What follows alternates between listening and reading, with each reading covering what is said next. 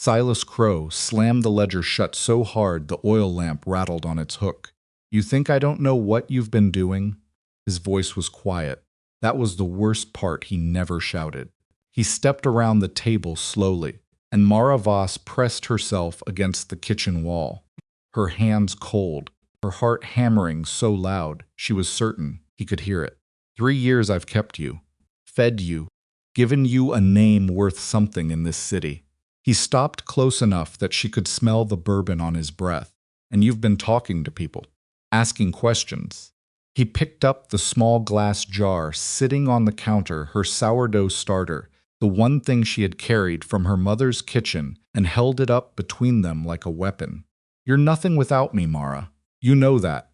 Then he set the jar back down, gently. That gentleness was more threatening than anything else he could have done. That was the night she stopped believing him. And that was the night she packed her bag. If you've ever felt trapped by who someone told you that you were nothing, someone who smiled at you while slowly taking everything, then stay with us. This story is for you. Don't forget to subscribe to our channel so you never miss another story like this one. Hit that like button and drop a comment below telling us what city or country you're watching from. We want to see how far this story travels. Now let's begin. The train station in Chicago smelled like coal smoke and wet wool and the particular desperation of people going somewhere they had never been. Mara Voss stood on the platform with a carpet bag in her left hand and a glass jar wrapped in 2 wool stockings tucked under her arm. And she did not look back at the city that had swallowed 3 years of her life. She had $14.60. She had a one-way ticket to a place she had chosen by closing her eyes and putting her finger on a map, a small settlement in the Montana Territory called Holt's Crossing. She had the address of a man named Garrick Vale, who had placed a modest notice in the back pages of a Chicago newspaper seeking a housekeeper for a working cattle ranch. The notice had been unimpressive. 3 lines. No flowery language. No promises of a comfortable life. That was exactly why she answered it. Silas would have dismissed a man like that, and anything Silas would dismiss felt, to Mara, like safety. She did not write ahead. She did not send word. She bought the ticket, she packed the bag, and she left before the city woke up. The train took 2 days and a night. Mara sat in the 3rd car back, the one with the cracked window that let in a thin ribbon of winter air, and she ate the 2 hard biscuits she'd wrapped in paper and drank water from a canteen and watched the landscape change outside the glass. The flat gray of Illinois, giving way to the rolling cold of Wisconsin, and then the long white nothing of the northern plains, and finally the mountains, enormous and indifferent, rising up against a sky so blue it looked painted. She had never seen mountains before. She did not know if she should find them beautiful or terrifying. In the end, she decided they were both, which felt honest.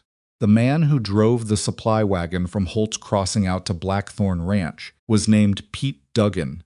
He was 60 years old and missing the tip of his right ear, and he talked the entire 40 minutes without once asking her a question, which suited Mara perfectly.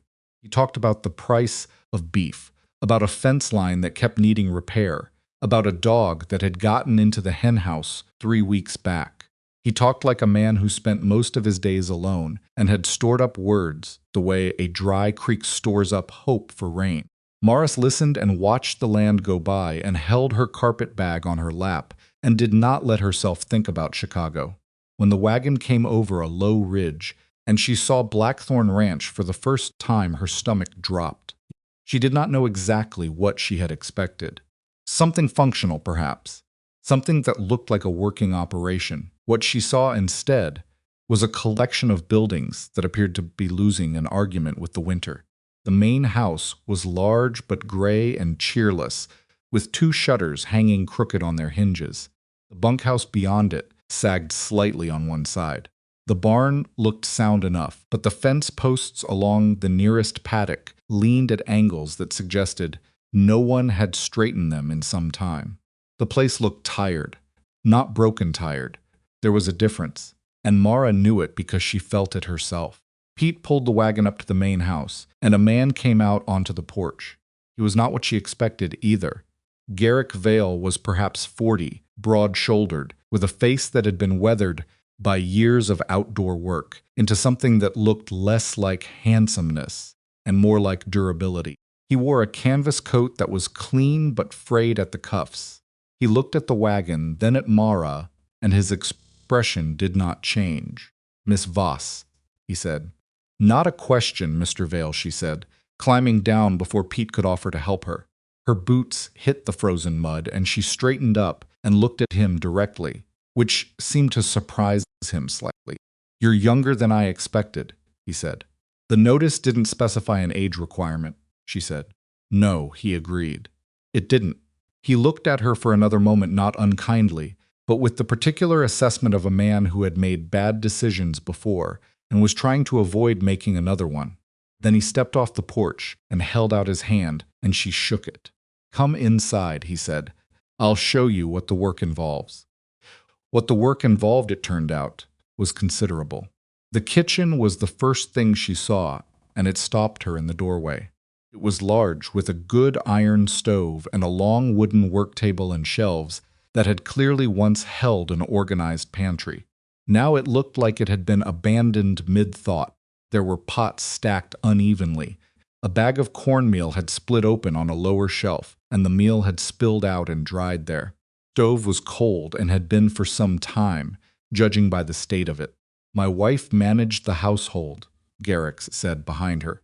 His voice was flat when he said it. "She passed 14 months ago." Mara did not say she was sorry. People always said they were sorry, and it never helped anyone. "I see," she said instead. "Has anyone been cooking for the hands?" "Pete drives out to town twice a week and brings back whatever misses. Aldrich has made up. Cold food in winter, yes." She set her bag down on the work table. She looked at the stove. She looked at the shelves. She turned around and looked at Garrick Vale, who was standing with his arms crossed, watching her with the expression of a man waiting for a verdict he already suspected would be unfavorable. "I'll need a few things from town," she said, "if Pete can bring them on his next run. But the stove, I can have that working by tomorrow morning." Something shifted in his face, just slightly. "You're not going to ask me what happened to the last 2 women I hired." She looked at him. "Did something happen to them, or did they just leave?" Pause. "They left." "Then I don't need to know," she said. "What they chose isn't relevant to what I'm going to do." He studied her for a moment longer, then nodded once and left her to it. The first person she met properly was Harlan Rusk. He was the ranch foreman, and he came in through the back door while Mara was on her knees cleaning out the ash drawer of the stove, and he stopped and looked at her the way a man looks at something he fully expects to be a problem. Harlan Rusk was built like a fence post, lean, hard, and planted. He had gray eyes that missed very little and a jaw that seemed permanently set in mild disapproval. He was not a cruel man. Mara would learn that later. But he was a man who had formed his opinion of city women coming out to work ranches, and that opinion was not kind. "You, the new housekeeper," he said. "Not a question." "That's right. How long you been working ranches?" She pulled out the ash drawer and set it on the floor beside her. "I haven't." The silence that followed was eloquent. "You come all the way from Chicago," he said. "Never worked a ranch kitchen, and you think you're going to manage Blackthorn. I think I'm going to clean this stove first," she said. "Then I'll worry about the rest." He made a sound through his nose that was not quite a laugh. "Women like you last about 2 weeks," he said. 3 if it's a mild winter. This one won't be." She looked up at him then. She met his eyes steadily, the way she had trained herself to look at Silas, when he was trying to diminish her, not with defiance, exactly, but with a particular quality of stillness that refused to absorb what was being thrown at it. "Then I'll see you in 3 weeks, she said. Harlan stared at her for a moment, then walked out the back door. She went back to cleaning the stove. The first night at Blackthorn Ranch, Mara lay on the narrow bed in the housekeeper's room off the kitchen and stared at the ceiling and listened to the wind come off the mountains.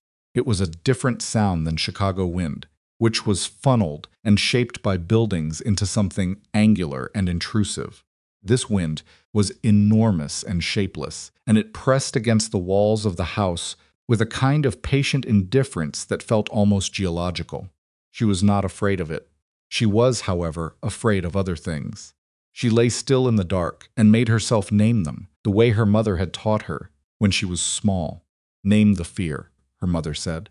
"A fear with a name is smaller than a fear without one." She was afraid she had made a mistake coming this far without a plan.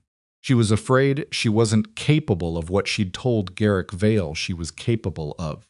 She was afraid that Silas would find her not immediately, but eventually, because Silas was a man who did not tolerate being left, and he would look. And the world was not as large as she needed it to be. She named them all. Then she wrapped the glass jar, the sourdough starter her mother had kept alive for 20 years, and passed to her like an inheritance in the extra wool stocking, and set it on the floor beside the bed where it would be insulated from the cold, and she closed her eyes. She did not sleep well, but she slept. The stove took most of the next morning. There was a crack in the firebox lining that she packed with a mixture of ash and clay. She found in a jar under the workbench. Someone had kept it there for exactly this purpose, which meant someone before her had done this same repair, which meant the stove had this same problem for some time. She cleaned the flue pipe section by section, standing on a stool to reach, and found a bird's nest that had partially blocked the upper damper and removed it carefully, the dried grass falling apart in her hands. By mid-morning, she had a fire going. She stood in front of the warm stove and felt something loosen in her chest that had been knotted there for longer than she could precisely identify. Warmth. She had not realized how much she'd missed it, not just physical warmth, but the particular satisfaction of having made warmth where there was none before. She mixed a small batch of bread that afternoon, feeding a portion of the starter into the flour and working it until the dough had the right feel under her hands. Starter was active and healthy, despite the journey she'd kept it fed with small amounts of flour and water. Every day on the train, cupping the jar against her body at night to keep it warm. It was, she thought, the most reliable thing in her life. The loaves went into the oven late in the afternoon. By the time the ranch hands came in from the cold, for supper, the kitchen smelled of bread. She watched them stop in the doorway. There were 6 of them, weathered men in various states of cold and exhaustion, their expressions carrying the collective guardedness of people who had learned not to get used to things. They looked at the warm kitchen. They looked at the 2 loaves cooling on the rack. They looked at Mara, who was ladling beef stew made from the stores she'd found in the cellar into bowls and setting them on the table as if this were an entirely ordinary thing. Nobody said anything for a long moment. Then a young hand named Cord, who couldn't have been more than 19, who sat down, reached for a piece of bread, and bit into it. Chewed. He swallowed. He looked at Mara. "That's real good," he said, with the simple directness of someone who had not yet learned to be guarded about expressing what he thought. "Thank you," she said. Across the table, Harlan Rusk picked up his spoon. He did not look at her. He did not say anything. But he ate every bit of the stew in his bowl, and when she wasn't watching, he reached for a second piece of bread. It was not respect. Not yet. But it was a beginning. She discovered the child by accident on her 3rd day. She had gone to the far end of the main house to check on a window latch that Garrick had mentioned was letting in cold, and she pushed open the door of what she assumed was a storage room and found instead a small girl sitting on the floor, surrounded by an arrangement of smooth stones, organized in a pattern that appeared to have its own internal logic. The girl looked up at her. She was perhaps 7 years old, with her father's gray eyes and dark hair that hadn't been properly combed in some time. She wore a dress that was clean but too small, and wool stockings, and she looked at Mara with the direct, measuring gaze that children have before they learn to modulate it.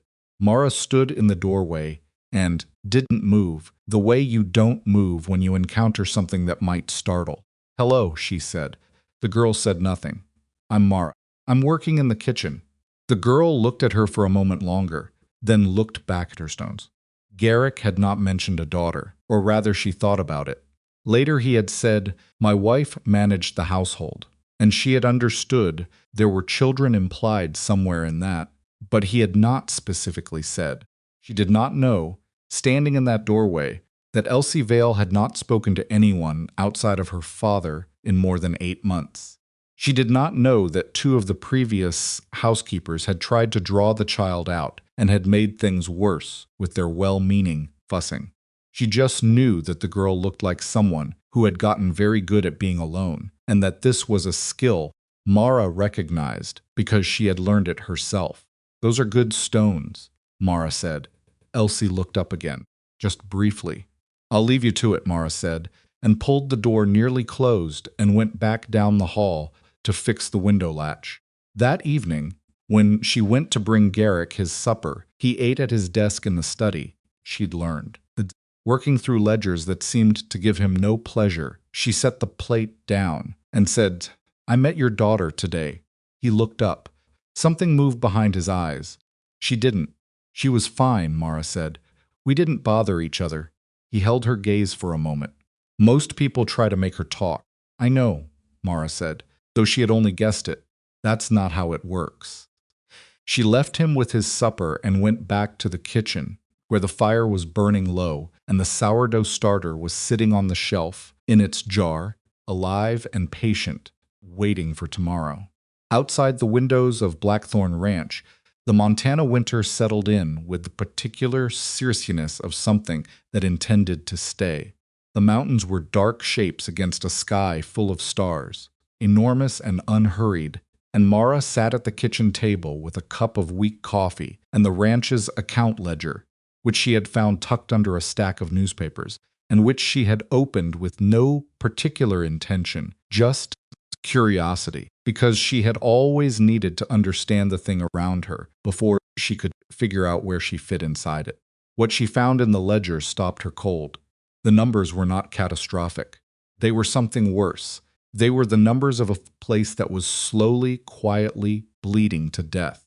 The debt was not large in any single line item, but it was steady and it was accumulating, and the income columns were too thin to match it.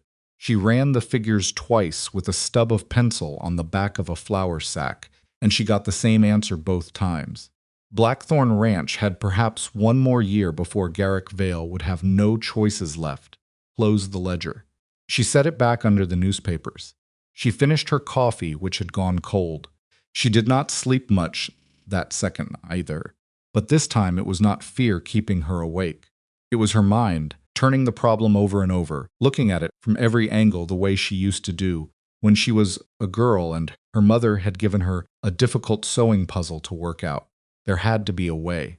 There was almost always a way, if you were willing to look in places other people weren't looking. She looked out the dark window at the frozen land and thought about bread. The idea came to her at 4 in the morning. The way most ideas worth anything come not as a sudden flash, but as a slow accumulation, like water finding its level. Mara sat at the kitchen table with the flour sack in front of her and the pencil figures she'd made the night before, and she looked at them until they stopped being numbers and started being a story. Every set of numbers told a story if you looked long enough. This one said up. A man who is working very hard in a direction that is slowly failing him. A man who knows the ground is soft beneath his feet, but doesn't know how to step differently. She thought about the bread. She had made 4 loaves yesterday. The ranch hands had eaten 3 of them at supper. 4th, she had wrapped in cloth and left on the work table for the morning. And when she came into the kitchen an hour ago, it was already half gone cord, she suspected, who seemed to move through the kitchen at odd hours, like a large, quiet cat. The point was not the bread itself. The point was that there was no bakery in Holt's Crossing. She had learned this from Pete on the drive out. The nearest one was in Millard Falls, 18 miles north, and it sent a supply wagon down the valley road twice a week, weather permitting. Weather in Montana, she was already learning, did not always permit. She turned the pencil over in her fingers and started writing on the back of the flour sack again. Not numbers this time, a list. She was still writing when the sky outside the window began to lighten. that particular gray-blue that happens before actual color comes into the world, and she heard the stove in the bunkhouse go to life across the yard, someone banking the coals up for the morning, and she folded the flour sack carefully and tucked it into her apron pocket and started mixing dough. She didn't say anything to Garrick that day, or the next. She needed to know first whether the idea was real, or whether it was just the kind of thinking you do in the dark when you're frightened and trying to feel useful. She spent the morning of her 5th day at Blackthorn, baking 6 loaves instead of 4, put 2 of them in a cloth sack, and she asked Pete, who was making a supply run to town, to leave them at the general store on account. On account of what? Pete asked. On account of I want to know if anyone buys them. Pete scratched the missing tip of his ear, which she had noticed was a habit he had when he thought something was a peculiar idea. All right, he said. He came back that afternoon. Both loaves had sold within an hour. The storekeeper, a man named Aldous Fry, had sent word asking if there were more available. Mara stood in the kitchen and held the small amount of coins Pete had brought back and felt something shift inside her chest. Not triumph, exactly, but the particular feeling of a door that has been closed for a long time opening just a crack, enough to see light through. She asked Pete to take 4 loaves the next run. She started waking up at 3 in the morning instead of 4. It was Harlan who noticed first. She was not surprised by this. Harlan Rusk noticed everything on this ranch, filed it away, and produced it when he thought it was relevant. He came into the kitchen one morning when it was barely light and found her with 2 batches of dough already rising under cloth on the work table and a 3rd in the oven. And he stood in the doorway and looked at the operation with the expression of a man recalculating something. That's a lot of bread, he said. Yes, she agreed. More than we need. Also, yes. He looked at the 2 loaves cooling on the rack, then at the rising dough, then at her. Selling it? Trying to. He was quiet for a moment. Kept working, not looking at him, because she had learned in the first few days that Harlan Rusk said more when he didn't feel observed. Fry's store, he said finally. For now. Town's not big enough. No, she said, it's not. She heard him cross his arms. She could tell, by the shift in his breathing, the small sound of canvas against canvas. Millard Falls, he said. She looked up then. He was watching her with those flat gray eyes that were, she was starting to realize, considerably more thoughtful than they first appeared. I've been thinking about Millard Falls, she said. Their bakery burned down 3 months ago, Harlan said. Owner moved north. They've been pulling from 2 counties over and still running short. She set down the dough scraper and looked at him properly. How do you know that? Fry complains about it every time I'm in town. His wife orders bread for her sister up there, and half the time it doesn't come. Mara picked up the dough scraper again. Her heart was doing something she made herself ignore for the moment. I'd need a way to transport it. Twice a week, minimum. 3 times if the orders warranted it. Pete goes up to Millard Falls every Thursday. Does Mr. Vale know you're in here planning his supply runs around my baking schedule? I'm not planning anything, Harlan said, with the particular dignity of a man who has not quite admitted that he is helping. I'm stating facts. He walked out the back door.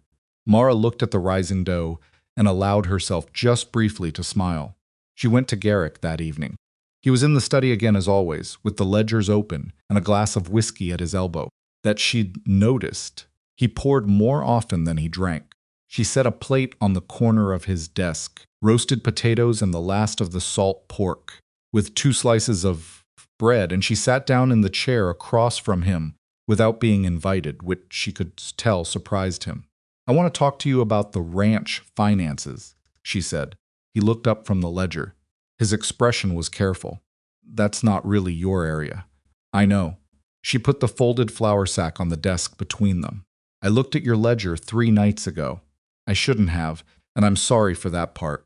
But I did, and I want to talk about what I saw. He stared at the flour sack, then at her. You went through my ledgers. I found them under the newspapers. I was curious about where things stood. That's... He stopped, started again. That's not something the housekeeper does. No, she agreed. It's not. She waited. She had learned with Silas that patience in silence was a form of power, and she had brought that knowledge with her, even though almost everything else from those years she was trying to leave behind. Garrick picked up the flour sack and unfolded it. He looked at the figures she'd written. He turned it over and looked at the list. He was quiet for a long time, and Mara watched him, read, and did not rush him, because the numbers would do their own work. "You got all this from one look at the ledger," he said. "2 looks, I ran it twice." He set the flour sack down. He picked up the whiskey glass and then put it back down without drinking from it. "What's this list?" "What I think could change the numbers." She leaned forward slightly. "Aldous Fry sold 4 loaves of my bread in less than 2 hours yesterday. The bakery in Millard Falls has been closed since autumn. They've got a population of nearly 400 people with no local bread source and a supply line that doesn't hold in bad weather." He was looking at her with an expression. She couldn't quite read, something between skepticism and something else. Something more like the look a person gets when they're hearing something they want to disbelieve, but can't quite find the argument against. "Bread," he said. "Bread, but sold regularly, contracted if I can manage it, with a portion of the income shared with the hands who help with transport and supply runs. That last part matters. If they have a stake in it, they'll protect it." Garrick Vale was quiet for what felt like a full minute. The fire in the study hearth ticked and settled. Outside, the wind found the corner of the house and made its opinion known. "You've been here 6 days," he said. 7, counting today. "And you've decided to save the ranch." She did not flinch at the flatness in his tone. "I've decided to propose a way to increase income. What you do with the proposal is your business." Another long silence.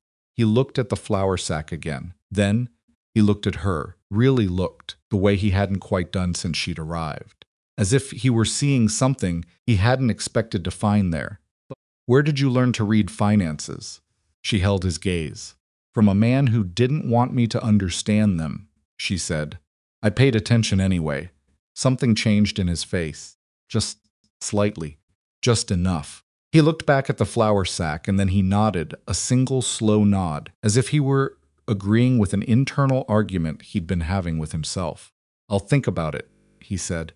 It was not yes, but it was not no.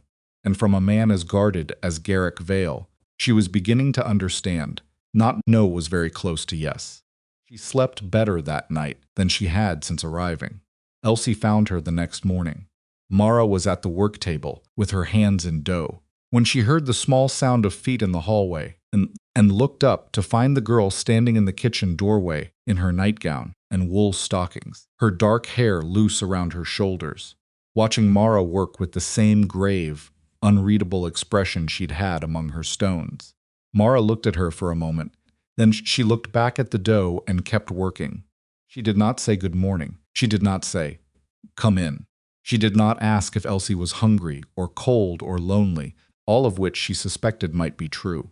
She just kneaded the dough with her palms, pressing and folding, and let the sound of it fill the kitchen, that solid, rhythmic sound, almost like a heartbeat. After perhaps 2 minutes, Elsie came into the kitchen. She didn't come close. She went to the far corner, where there was a low stool near the wall, and she sat on it and pulled her feet up and wrapped her arms around her knees and watched. Her eyes moved to the dough, to Mara's hands, to the rising loaves under their cloth, and back again. Mara talked while she worked. Not to Elsie, exactly, or at least not in the way that required anything from her. She talked the way her own mother used to talk in the kitchen. A kind of running commentary on the work itself, directed at no one in particular, filling the room with the ordinary texture of words. "The starter needs to be warm," she said, pressing the heel of her hand into the dough. "If it gets too cold, it goes slow. If it goes too slow, the bread gets dense. My mother used to keep it on the shelf above the stove. She said it needed to feel the heat of the house to know it belonged there. She turned the dough. I don't know if that's true, but I keep it the same way she did, so I suppose it doesn't matter whether it's true." She glanced sideways. Elsie was watching her hands with an expression of complete focus. "Do you want to feel it?" Mara asked. Casual, like she was asking about the weather. Pause. Then Elsie uncurled herself from the stool and padded across the kitchen in her stocking feet and stood beside the table. She was small enough that the work table came to her chin. Mara pushed a small piece of dough to the edge of the table. Elsie looked at it. She reached out one hand and pressed a single finger into it, slowly, watching it give. Pressed again. The dough pushed back gently against her finger. When she lifted it away, the indent slowly filling.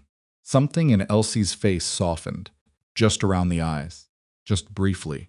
She stayed in the kitchen for an hour that morning, watching Mara work, touching the dough twice more when Mara offered.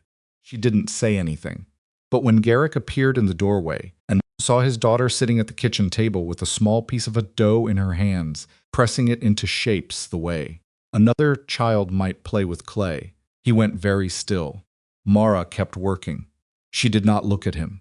She heard him exhale a slow, controlled breath, the kind a person makes when they are trying not to feel too much of something that is hitting them all at once. After a moment, he left without saying anything. That evening, he came to the kitchen instead of eating in his study. He sat at the table and ate his supper, and Elsie sat beside him and ate hers, and nobody made a big event of it, which Mara understood instinctively was exactly the right way to handle it. She served the food, and then she sat at the far end of the table with her own plate and ate and listened to the small, ordinary sounds of a meal being shared. And she thought, this is what a house needs before it can become a home. It needs people to eat in the same room. It was not a profound thought, but it was a true one. The bread business began in earnest on a Thursday, the second week of January. Pete loaded the wagon with 14 loaves wrapped in cloth and a note Mara had written to the owner of a hotel in Millard Falls called the Rutland House, whose name she'd gotten from Aldous Fry in town. The note proposed a standing weekly order at a price she'd calculated carefully enough to make the arrangement worth her time and materials, not so much that the hotel owner would look for another solution. She watched Pete drive the wagon out through the gate, and then she went back inside and fed the starter and tried not to think about it. Harlan came in at mid-morning and poured himself a cup of coffee without asking and sat down at the table and said, "He'll buy it. You don't know that. Rutland House has 30 rooms, and they serve breakfast to every guest. They've been buying bread from a woman in the next county who can't keep up with the orders. They'll buy yours."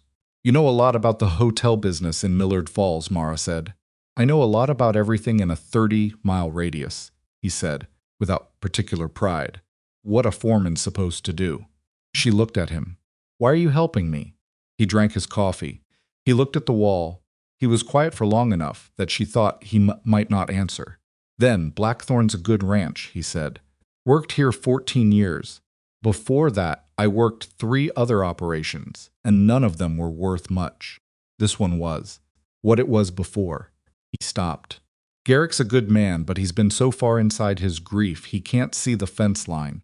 Ranch needs something to pull it forward." He looked at her then, direct and without apology. "I thought you'd last 2 weeks. You're on day 12, and you've done more than the last 2 women combined. So I revised my opinion. It was not a warm speech, but from Harlan Rusk, Mara was learning, it was practically a declaration of devotion. "Thank you," she said. He finished his coffee and left. Pete came back from Millard Falls with an order for 20 loaves a week, a deposit paid in advance, and a note from the Rutland House owner asking if she could also supply biscuits. Mara stood in the kitchen, holding the note and the deposit money, and felt the blood rushing to her face, not embarrassment, but the particular physical response of a body that is processing something it wasn't certain it believed would happen. Pressed her palm flat against the work table until it passed. Then she sat down and started figuring out how many more batches she would need to run per day, and whether she needed help, and where the additional flour would come from, and at what price point the biscuits should be offered. She had been doing exactly this kind of math for 3 years, calculating Silas Crow's household accounts, managing his finances, making the numbers behave the way he needed them to, while he took the credit and paid her in the currency of supposedly being allowed to stay. The difference now was that the numbers were her own. The work was her own. The deposit money, sitting on the table in front of her, was the first thing in 3 years that felt completely and unambiguously hers. She worked until midnight. When she finally stopped, her hands ached, and her back was stiff, and she was fairly certain she had flour in her hair, and she felt better than she had in years. The second trouble came from an unexpected direction. Her third week at Blackthorn, a man came to the back door in the afternoon, while the hands were out on the range. He was perhaps 50, with the soft look of a man who worked indoors, wearing a coat that was too fine for the mud he'd had to walk through to get to the back of the house. He introduced himself as Warren Pell, representing a land investment company out of Helena. He was very polite. He asked if Mr. Vale was available. Mara said he was not. Pell said he would wait. Mara said she didn't think that would be convenient, and could she take a message? Something flickered in his eyes. She'd seen that flicker before, in men who were accustomed to women, as obstacles between them and the people they actually wanted to speak to. He handed her a card and said to tell Mr. Vale that the offer was still open, that the terms were generous, and that these things had a way of not staying generous indefinitely. She looked at the card for a moment. Then she looked at Pell. "What offer?" she asked. He smiled the particular smile of a man who has decided a woman won't understand, but is willing to explain anyway, for form's sake. Land, of course. 2 parcels on the East Ridge, and the water rights along Coulter Creek. Very reasonable valuation. Who's buying? The Consolidated Range Holdings Company. As I said, "I heard what you said." I asked who's buying. She kept her voice pleasant, the way she'd learned to keep her voice pleasant with Silas when she was actually paying close attention. "Company is a piece of paper. There's a person behind it." The smile thinned slightly. "That's proprietary information, I'm afraid." "Course it is," she said. She took the card. She said she'd pass along the message. She said goodbye pleasantly and closed the door. She stood in the kitchen for a moment, turning the card over in her fingers. Water rights along Coulter Creek. She had ridden out once with Pete past that creek. It ran through the lower southeast corner of Vale Land, fed from the mountain snowmelt, clean and reliable even in dry years. Pete had mentioned it offhandedly as the reason the east pasture stayed green 3 weeks longer than the north range. In drought years, he'd said, that creek was the difference between keeping cattle alive and losing half the herd. Someone wanted that water, someone who was willing to use a company name to hide who they were. She put the card in her apron pocket and went back to the bread. Part of her mind stayed on Warren Pell's smile, the way it had thinned when she asked the right question. That thinning was information. People revealed what they wanted to hide in the precise moment they were trying hardest to hide it. She had learned that from 3 years of watching Silas operate. She told Garrick that evening. He took the card. He turned it over the same way she had. "Pell's been out twice before," he said. "Once in the fall, once in December. Didn't mention it. It didn't seem relevant to the kitchen." She let that pass. "Did he tell you who the company represents?" "No." "Did you ask?" A pause. "I told him I wasn't selling." "I didn't need to know who was asking." Mara looked at him. "Mr. Vale, when someone wants to hide who they are behind a company name, they usually have a reason for that. And the reason is usually that you'd say no faster if you knew." He met her eyes. Something moved behind them, not quite acknowledgement, but not dismissal either. "I'm not selling the water rights," he said. "It's not a complicated position." "No," she agreed. "But complicated things have a way of finding simple positions and pushing." She left him with the card and went back to the kitchen. Night, after the house was quiet, she took out the flour sack with her figures and wrote the name Consolidated Range Holdings at the bottom and drew a line underneath it. Then she drew a question mark. She did not know yet what to do with the question, but she had learned long ago that writing a question down was the first step toward answering it. The month of January moved forward the way Montana winter moved slowly, with purpose, without particular concern for anyone's comfort. Bread orders grew. By the end of the month, Mara was supplying the Rutland House, 2 smaller boarding houses in Millard Falls, and Aldous Fry's general store in Holt's Crossing. She had brought in a woman from town named Dolly Marsh to help 2 mornings a week, a widow in her 50s with strong hands and a pragmatic personality, who asked no personal questions and did exactly what she was shown and was, therefore, an enormous relief to work with.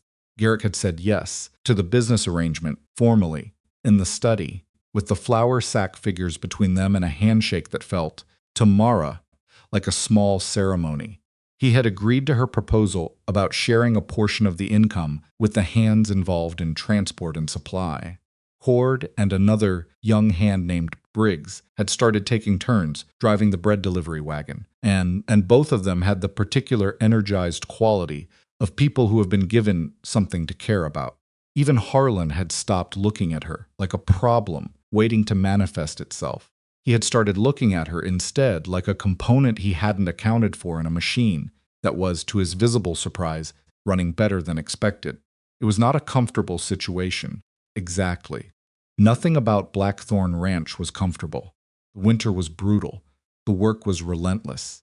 On a morning in late January, the stovepipe froze, and she had to go outside in temperatures that bit through every layer she had and climb to the roof with cord to clear it, and she was shaking for an hour afterward and had to stand close to the kitchen fire to feel her fingers again.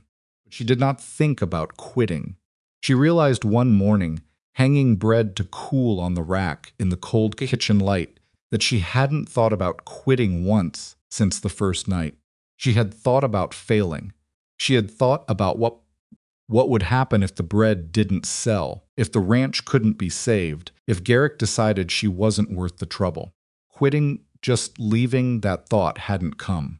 She thought about why that was, and the answer, when she found it, was simple enough to be uncomfortable. She had something here. Not a great deal. Not security. Not certainty. Not anything she could have named precisely in a list. But she woke up in the morning knowing what she was for and who needed what she was going to do. And after 3 years of being needed only as an extension of Silas Crow's idea of his own importance, this particular kind of being needed felt like oxygen. Elsie came to the kitchen every morning now. She came in her nightgown and stocking feet, always before full light, always in the same quiet way, and she sat on the low stool or at the table, depending on some internal calculus. Mara didn't try to interpret. She watched. Sometimes she helped passing things when Mara needed them, watching the starter being fed with the focused attention of a small scientist observing an experiment. She hadn't spoken, but her silences had a different quality now. They were no longer the silence of a child who had sealed herself shut. They were the silence of a child who was thinking, who was present, who was somewhere inside the kitchen with Mara, rather than alone inside her own head. Garrick watched this without comment. But Mara noticed that he began appearing in the kitchen doorway, in the mornings, always briefly, always with some stated purpose, question about supplies or the delivery schedule, and she understood that what he was actually doing was looking at his daughter sitting at the work table with flour on her hands and needing to see it with his own eyes to believe it. One morning, near the end of January, Mara set a small batch of dough in front of Elsie and showed her how to shape a round loaf hands cupped, tucking the bottom under, turning it against the table to build tension in the surface. Demonstrated twice. Then she stepped back. Elsie looked at the dough, put her hands on it. Her first attempt came out lopsided, and too tight on one side, the surface uneven. Mara said nothing. Elsie looked at it for a moment, then pressed it back flat and tried again. The second one was better. Elsie looked up at Mara with an expression that was, as near as Mara could tell, satisfaction. And in Elsie's gray eyes, her father's eyes, there was something else. Something tentative and new, like a green thing pushing up through frozen ground. Not certain yet it's going to make it, but trying anyway. Good, Mara said, simply, without making it large. Elsie looked back at her loaf. It was 2 days after that when the letter arrived. Pete brought it in with the supply order from Holt's Crossing, tucked among the other mail, unremarkable in its plain envelope. Margot was at the work table when Pete set the bundle down, and she wasn't paying attention, and she almost didn't notice. It was addressed to a name she hadn't used in 3 years. a name she'd been born with before Silas Crow had spent 3 years trying to make her forget it was hers. She saw it, and the bottom dropped out of her stomach. She stood very still for a moment. Pete was talking about the weather and a delivery delay, and she heard none of it. She picked up the envelope carefully, as if it might behave differently if she handled it gently. The handwriting was not Silas's. It was a legal hand, precise, formal, the kind of script that belonged to clerks and lawyers and men who wrote letters on behalf of other men. She didn't open it in the kitchen. She folded it into her apron pocket and waited until the house was quiet and Pete had gone and she was alone. Then she sat at the kitchen table and opened it. It was a notice from a law firm in Chicago. It informed her that her presence was requested to discuss matters pertaining to her departure from the residence of Mr. Silas Crow, and that failure to respond within 30 days would necessitate alternative measures being taken. Alternative measures. She read it twice. Then she set it face down on the table and put her hand flat on top of it and breathed. He had found her. Not exactly a law firm in Chicago did not equal Silas knowing precisely where she was. But it meant he had hired people to look, which meant he had resources directed at finding her, which meant that the quiet distance she had put between herself and her old life was not as solid as she had allowed herself to believe. She sat in the kitchen for a long time. The sourdough starter sat on the shelf above the stove, warm and active. The fire in the stove crackled. Outside, the Montana dark was complete, the stars enormous, the mountains just darker shapes against a dark sky. She thought about running. The thought lasted perhaps 30 seconds before she recognized it for what it was: the old reflex. The survival instinct she'd spent 3 years honing under Silas's roof. Disappear. Move again. Find somewhere else. But the bread orders were growing. Elsie had shaped her first loaf 2 days ago. Harlan Rusk had revised his opinion. Garrick Vale had shaken her hand across a table. She picked up the letter and looked at it again. Alternative measures. She thought about the card in her apron pocket, the other one, from Warren Pell of Consolidated Range Holdings. She thought about the thinning of his smile when she'd asked the right question. She thought about the water, rights along Coulter Creek. Something cold and clear settled in her mind. Not fear, she knew what fear felt like. She'd lived with it for 3 years. This was different. This was the particular sensation of a person who has been running for a long time and has just stopped and turned around, folded the letter, and tucked it behind the flour tin on the shelf above the work table. She would deal with it. She would have to deal with it. But not tonight, and not the way Silas expected her to deal with it, not by disappearing again, not by being afraid, not by making herself smaller. She took the sourdough starter down from the shelf and checked it, the way she did every night before bed. It was active and healthy, the surface just beginning to dome upward, alive, with the work of invisible things doing what they were made to do. Put it back on the shelf and went to bed. In the morning, she made bread. She did not respond to the letter. She thought about it for 2 days, turning the question over while her hands worked, the way she had learned to think, in parallel with doing, one part of her mind on the dough and one part on the problem. She considered what responding would mean, what it would tell the law firm about where she was, and concluded that silence was, for now, more useful than any answer she could give. But she also understood that silence was a temporary position. It would not hold indefinitely. What she needed before she made any move was information. And the only way to get information from this distance was to ask the right person. She found the name through Aldous Fry at the general store, which had become her most reliable source of local intelligence. She had not designed it this way. It had simply evolved naturally from the fact that Fry liked to talk, and she was a good listener, and their twice-weekly supply exchanges had accumulated into something resembling a functional information network. Fry, with enough casualness that it didn't register as significant, whether there was anyone in the area who handled legal matters.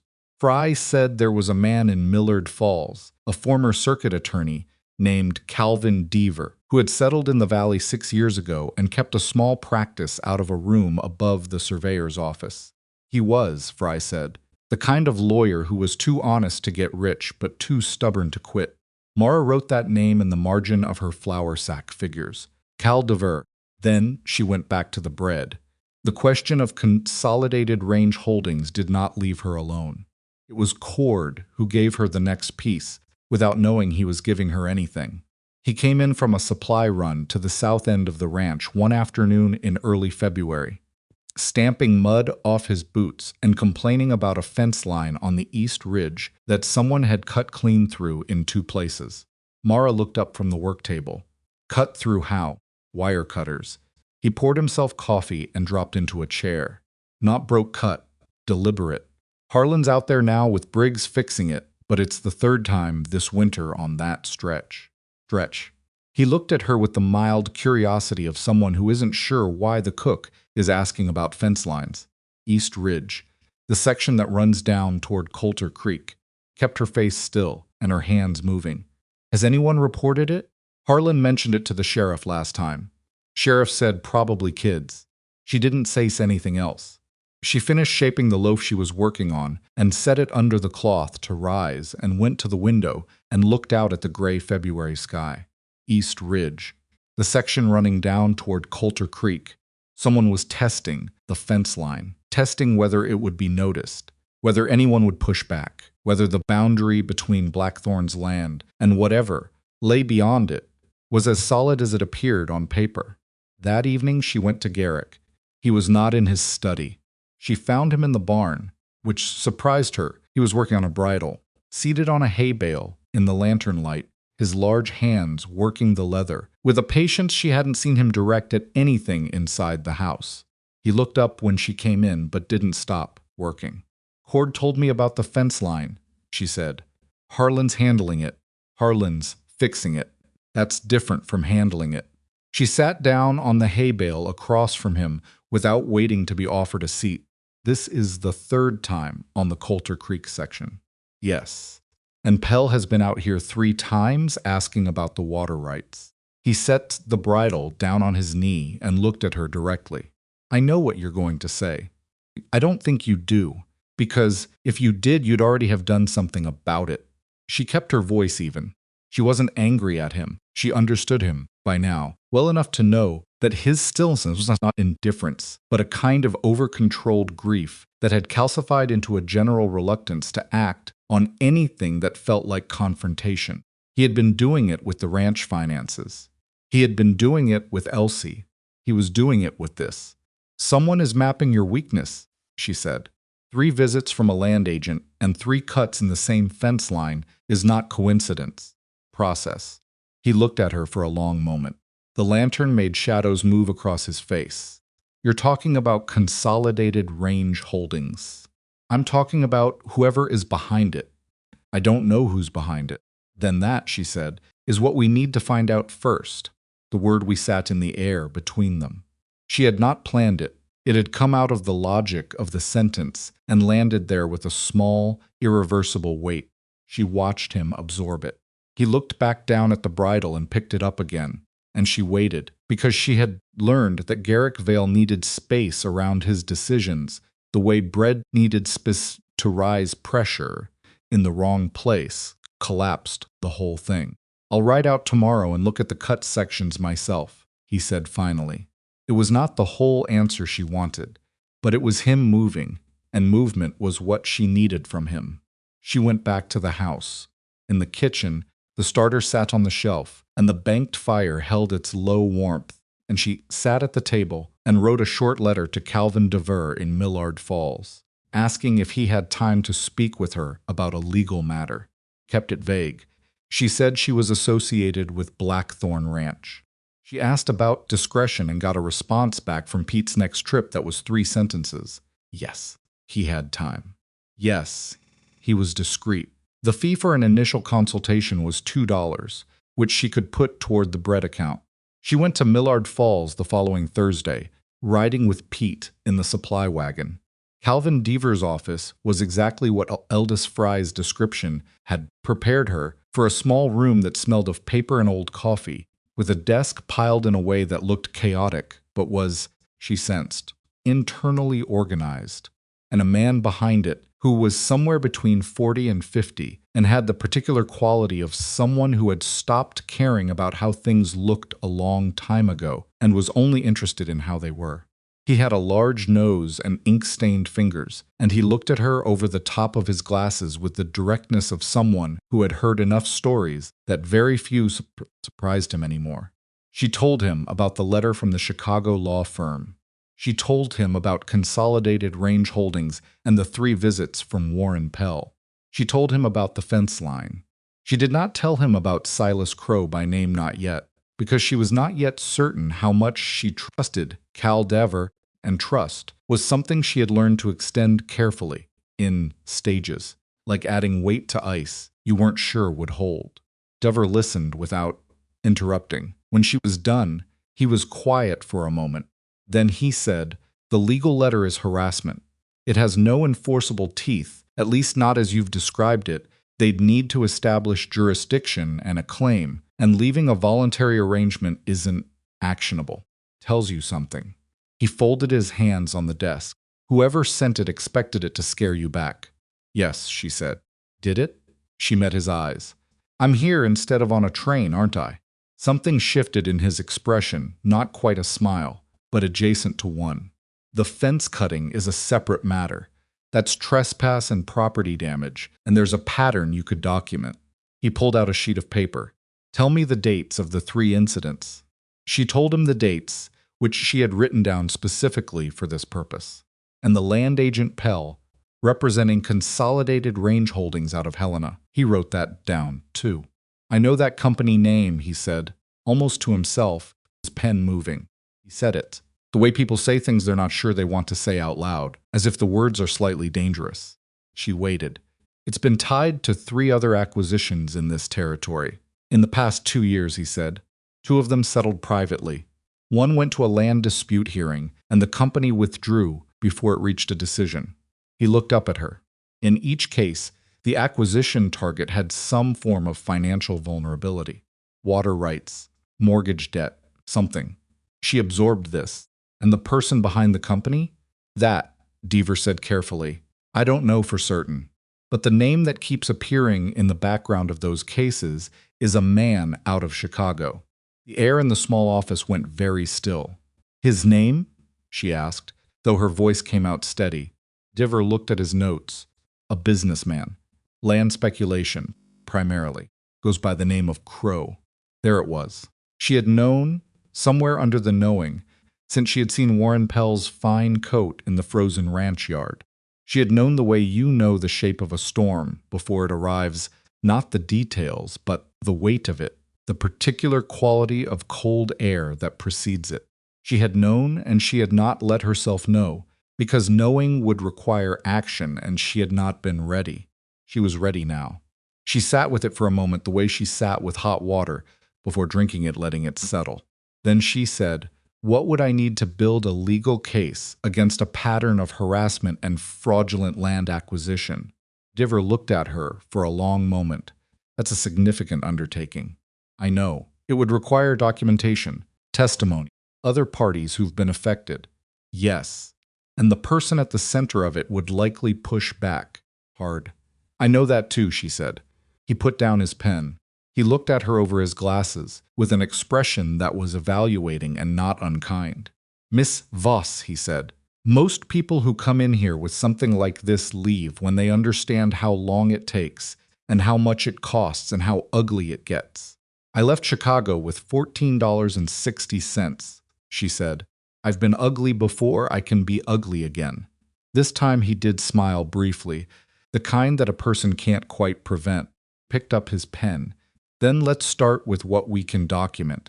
She rode back to Blackthorn in the supply wagon with Pete, and she did not tell him what she'd learned.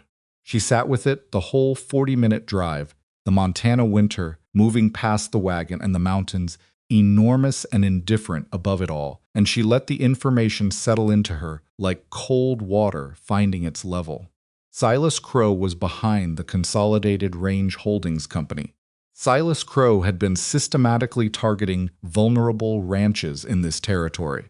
Silas Crow had sent Warren Pell to Blackthorn 3 times, and someone she assumed on his instruction had cut the fence line on the Coulter Creek section 3 times, testing, mapping, preparing.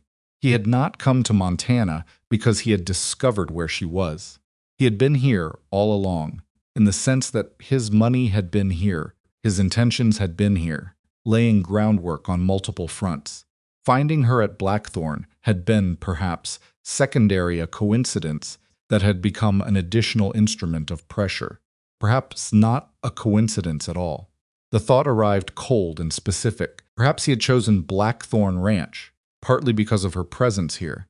A ranch with a financial vulnerability, water rights worth acquiring, and the woman who had left him now embedded in its operation. 2 birds, 1 stone. She thought about that all the way back to the ranch, and by the time the wagon came through the gate, she had made 3 decisions, cleanly and without flinching. She was going to tell Garrick everything. All of it: Silas, Chicago, why she had run, what had come to light today. She was going to find the other women, the ones in the 2 cases that had settled privately if they would speak to her.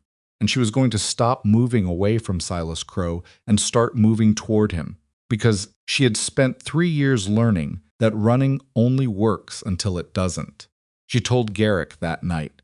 She told him in the kitchen, which felt right, the place where she had built everything she had built here, with the fire in the stove and the starter on the shelf and the loaves cooling on the rack. She told him all of it. Beginning from the night, Silas held up the jar of starter like a weapon, and she understood for the first time that she was going to leave. She told him about 3 years of being made to feel worthless by increments, the way water cuts stone, not dramatically, but consistently, until the shape of the stone changes. She told him about the letter and about Cal Diver and about what Diver had told her about Consolidated Range Holdings. She told it all flatly, without performing emotion, because the emotion was there without performance. And she did not want his pity. She wanted him to understand the situation. She wanted him to know what was coming. Finished, Garrick was quiet for a long time. He had not interrupted once. He had sat across the kitchen table from her, with his hands folded and his face very still, not the frozen stillness of someone shutting down. Concentrated stillness of someone taking in a great deal of information and processing it carefully. She respected him for that. A lesser man would have spoken before she was done. "He's been targeting ranches," Garrick said finally. "Not just Blackthorn. 3 others that Diver knows of, possibly more. And he's behind the fence cutting. Almost certainly. Establishing access patterns, seeing what response he gets. Because he wants Coulter Creek. The water rights, yes. In a dry year, whoever controls that creek controls the grazing capacity of about 4 neighboring properties. It's leverage." Garrick was quiet again. "Then, why didn't you tell me about the letter when it came?" She had expected this question. She had prepared an answer that was partly the truth. Then, sitting across from him in the kitchen she had rebuilt with her own hands, she discarded the prepared answer and said the real one instead. "Because I wasn't sure yet that I was going to stay and fight. I had to decide that first." He looked at her. Something moved behind his eyes that was complicated and layered and not entirely readable to her, even now. "And now you've decided," he said. "Yes. Why?" She looked at the starter on the shelf above the stove. She looked at the loaves cooling on the rack. She thought about Elsie's hands on the dough, the expression in those gray eyes when the second loaf came out right. She thought about Harlan Rusk, revising his opinion, about Cord and Briggs and the bread wagon going out twice a week, about Pete, who talked the entire drive and never asked personal questions, which was its own form of kindness. "Because I built something here," she said, "and I'm not going to let someone take it." The silence after that was different from the silences before it. It had a different quality, heavier, more settled, like a door that has been closed properly instead of just pulled to. "What do you need?" Garrick said. Not a question, a statement of intention. "Access to your deed records, the original land grant documentation, and the water rights filing for Coulter Creek. Diver will need to see copies." She paused. "And I need you not to answer Pell if he comes back. Tell him nothing. If he wants an answer about the land, the answer comes through DeVere from now on. All right. And Harlan needs to know. He won't like being kept in the dark about this, and I'd rather have him with us. Something that might, from the right angle, have resembled a very small smile moved across Garrick Vale's face. When did Harlan become an us? About 3 weeks ago, she said. He's just the last one to know it, she told Harlan the next morning. He stood in the kitchen and drank his coffee and listened, and his expression went through several stages: skepticism, calculation, cold anger that he visibly controlled, and when she was done, he set his mug down with a precision that conveyed what he wasn't saying out loud. Crow, he said. Yes. Chicago money, buying up Montana water rights through a shell company. Yes. And he's been at 3 other properties already, at least. Harlan was quiet for a moment. He picked up his mug again. I know a man on one of those other ranches, he said. Kettle Creek operation, southeast of here. Name of Nolan. He sold a water right parcel last spring. Said he had no choice debt pressure. Was the sale through a land company? Don't know. But I can find out. She looked at him. Harlan, if Crow is behind all of this, if we can connect the pattern, it changes the legal picture considerably. Deaver said he needs testimony and documentation. Nolan might be willing to talk. Nolan's not a talker. He set the mug down again. But he's an angry man. That's different.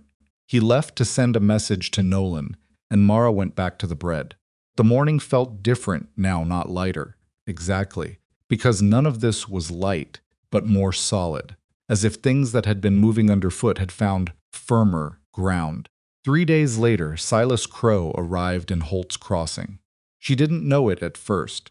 It was Pete who brought the news, along with the mail and the supply order, and he mentioned it He mentioned everything embedded in a stream of talk that contained both the important and the irrelevant in no particular order of priority.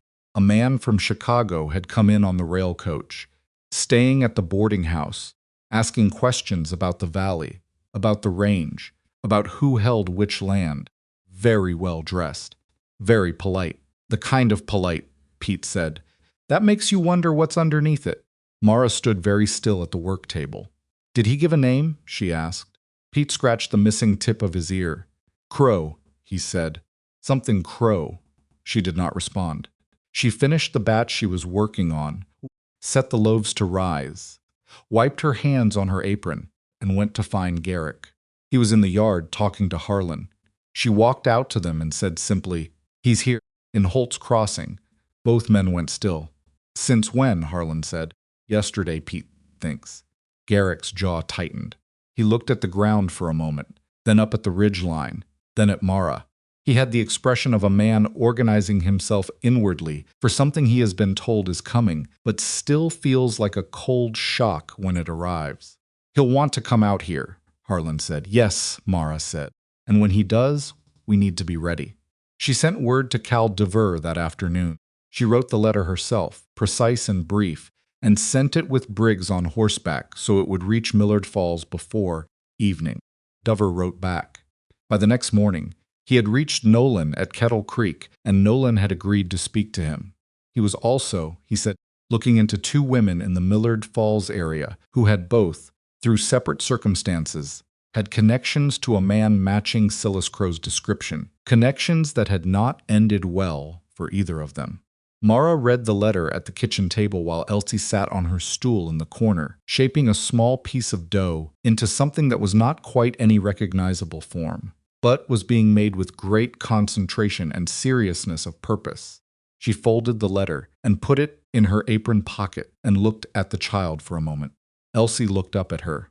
Something in the girl's face, some quality of attention, some particular directness of the gray eyes, made Mara think of what it had been like to be 7 years old and already learning that the world was not always what it claimed to be, learning to watch, learning to wait, learning that the safe thing was sometimes not the same as the true thing.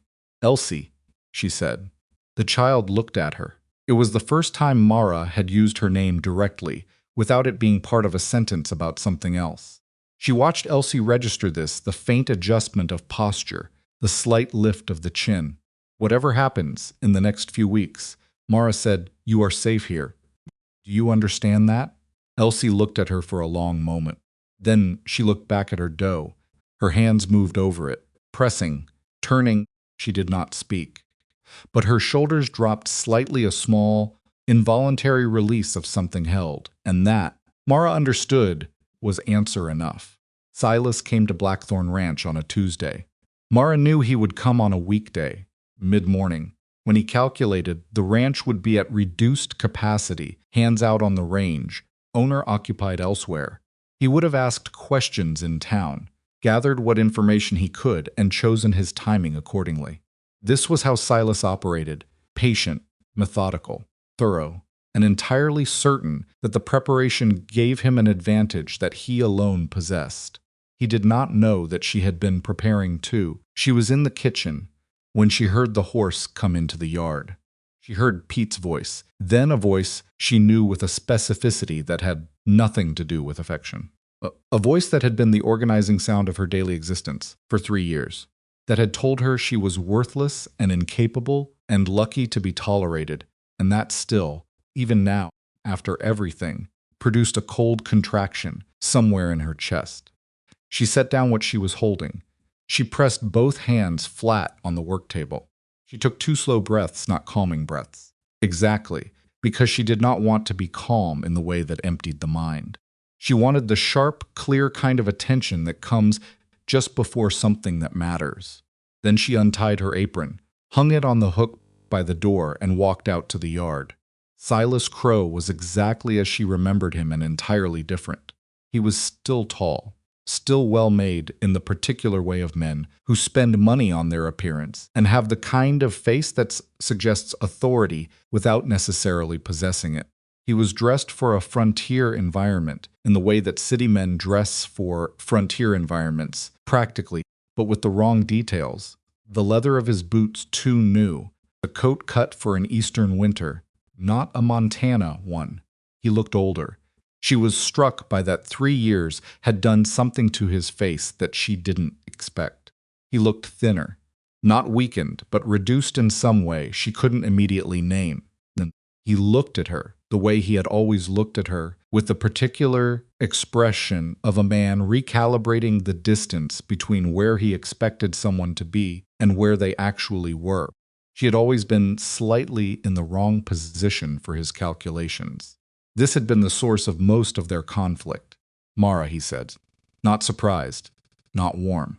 Factual, the way he said most things. Mr. Crow, she said. He looked at the house. At the barn. The yard with its evidence of a functioning operation. The bread wagon near the barn. The organized woodpile. The mended fence posts along the near paddock. He looked at all of it, and she watched him compute what he was seeing, and come to conclusions she was not going to let him believe were accurate. You've been busy, he said. Yes, she said. We should talk. About what? You know about what. She looked at him steadily. She was aware of Pete behind her, near the barn, not moving. She was aware that Harlan was somewhere out on the range, but not far. She had made sure of this. Had spoken to Harlan that morning about staying within riding distance of the house. She was aware of Garrick, who was inside the study and knew Silas had arrived, having been told to wait rather than come out, because she needed to do this first part herself. Your law firm sent me a letter, she said, yes, asking me to discuss my departure from your residence. That's one way to describe it. It's the accurate way, she said. I chose to leave. That's the whole of it. He looked at her with an expression she recognized, the one that meant he was deciding which approach to try first. She had seen it many times. She watched him select patience. You're involved in this ranch operation now, he said. That's a complicated position for someone with no legal standing here. I have a working arrangement with the owner of this ranch, she said. That's standing enough. A working arrangement. He let the phrase sit for a moment with a particular intonation that was designed to make it sound inadequate. Mara, you came out here without resources, without references to a struggling operation in the middle of a hard winter. I have legitimate concerns about your welfare. She had known he would use this. She had prepared for it the way you prepare for weather, not expecting to stop it. but having the right coat. Your concern, she said, has always been most vivid when I'm somewhere you can see me. Something shifted in his face. Just briefly. Just a flash of the thing underneath the performance. The actual temper he spent considerable energy managing. I'm going to speak to the owner of this property, he said. He knows you're here, she said. He's been informed of who you are and what your company has been doing in this territory. A pause. Longer this time. What company? Consolidated Range Holdings, she said, out of Helena. 3 acquisitions in 2 years, all from financially vulnerable ranches, all involving water rights. 2 settled privately. 1 land hearing before withdrawal. She kept her voice even. I've been speaking to a lawyer. Silas was very still. She had seen him still like this before, the particular stillness that preceded a shift in approach, the way a man changes footing before he changes direction. She waited for what he would choose next. What he chose surprised her slightly. Smiled. It was not a warm smile. It was the smile of someone who has been playing a longer game than you realized and has just decided you should know about it. You've been busy, he said again, but differently this time, not dismissive, but almost approving, in the way a chess player might approve of an unexpected move that doesn't change the fundamental position. Go home, Mr. Crow, she said. This territory has been very good to me, Mara. I expect it will continue to be. Not the water rights along Coulter Creek, she said. Not the East Ridge parcels. Not Blackthorn Ranch. He looked at her for a long moment. The smile stayed, but its quality changed. She watched it become the kind of smile that is actually a calculation wearing the face of a smile. We'll see, he said. He got back on his horse. He rode out of the yard at an unhurried pace, because he was the kind of man who controlled even his exits, who would not be seen to leave in any way that suggested retreat. Mara stood in the yard and watched him go. She stood there until the sound of the horse faded and the yard was quiet again. Just the wind off the mountains and the distant sound of cattle and Pete somewhere behind her, still not moving, as if he understood that this was a moment that needed to be held still. Her hands, she noticed, were not shaking. They had shaken once in the early days when she thought of him. They were not shaking now. She turned and went back into the kitchen and put her apron back on and went to the work table. And she took the piece of dough she'd left, resting under the cloth, and began shaping it, hands steady, pressure even, tucking the bottom under and turning it against the board the way her mother had taught her. The starter sat on the shelf above the stove, warm, active, alive. Outside the gate, somewhere down the valley road, Silas Crow was riding back toward Holt's Crossing, and he was not done. And she knew he was not done, and she was not done either. Kitchen was warm, and the bread was rising, and Elsie would be down from upstairs in an hour, and this, too, was a form of standing her ground. The hearing was set for the 14th of March. Cal Diver sent word by Briggs on a Monday morning.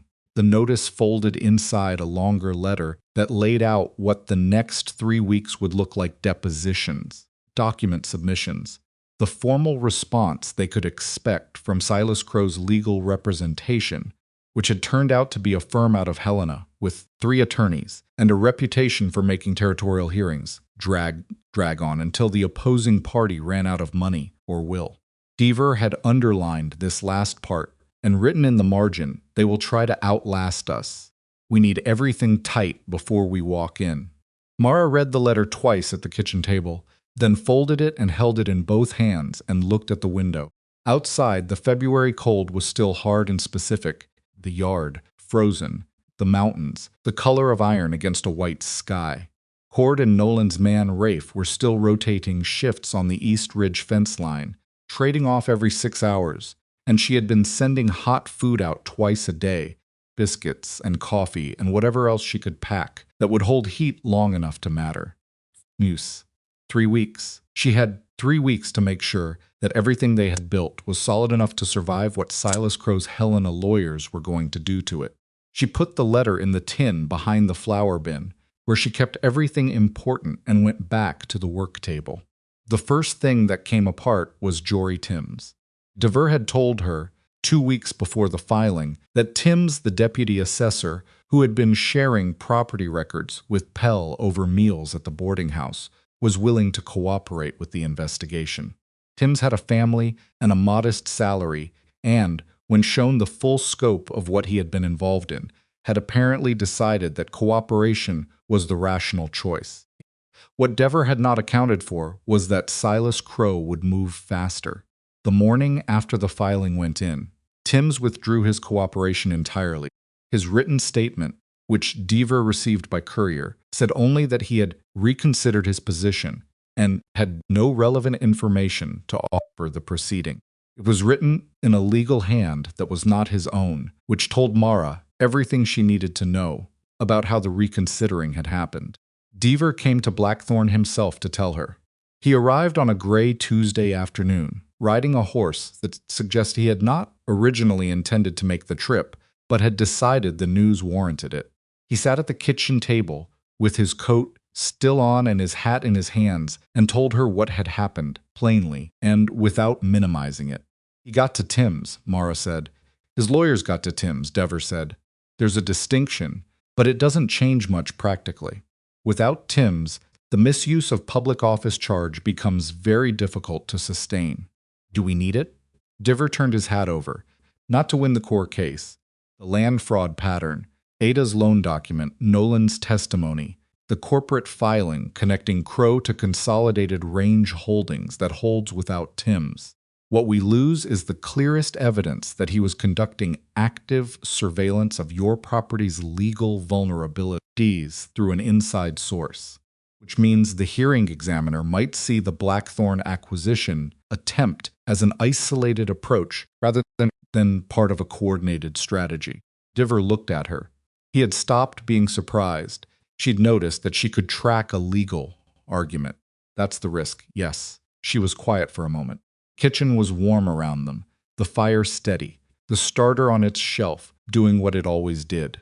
She thought about what Silas would do if the hearing examiner saw Blackthorn as separate from the broader pattern. She thought about the way he had arranged things in Chicago, always separately, always managing each piece so that no one person ever saw the whole shape of it. What if we could show the examiner the shape from the inside? She said. Dever looked at her carefully. What do you mean? I mean testimony. Not about what he did to properties and land rights. About how he operates. The method, the way he identifies a vulnerable point, the way he applies pressure gradually, the way he keeps each piece isolated so no one person can see the whole pattern until it's too late. She met his eyes. I can describe that from 3 years of direct experience. Ruth Carey can describe it from her situation. Ada Fowler can describe it from hers. Put those 3 accounts side by side and the examiner sees the method even without Timms. Dever was quiet. He turned the hat over again. Personal testimony is harder to hear and easier to dismiss than documentary evidence. I know. But it's also harder to discredit when 3 separate women who have never met each other and have no coordinated motive describe the same set of behaviors in the same sequence. He looked at the hat in his hands. Then he looked at her. You'd have to testify in front of him. In the same room, yes. He'll have his lawyers try to characterize your departure from his household as instability. They'll bring up the fact that you left without notice, no forwarding address, no communication. They'll try to make it look like a pattern of erratic behavior. Let them try, she said. The moment they do that, I can explain exactly why a person leaves without notice or forwarding address. And every person in that room who has ever known someone in that situation will understand the answer before I finish saying it.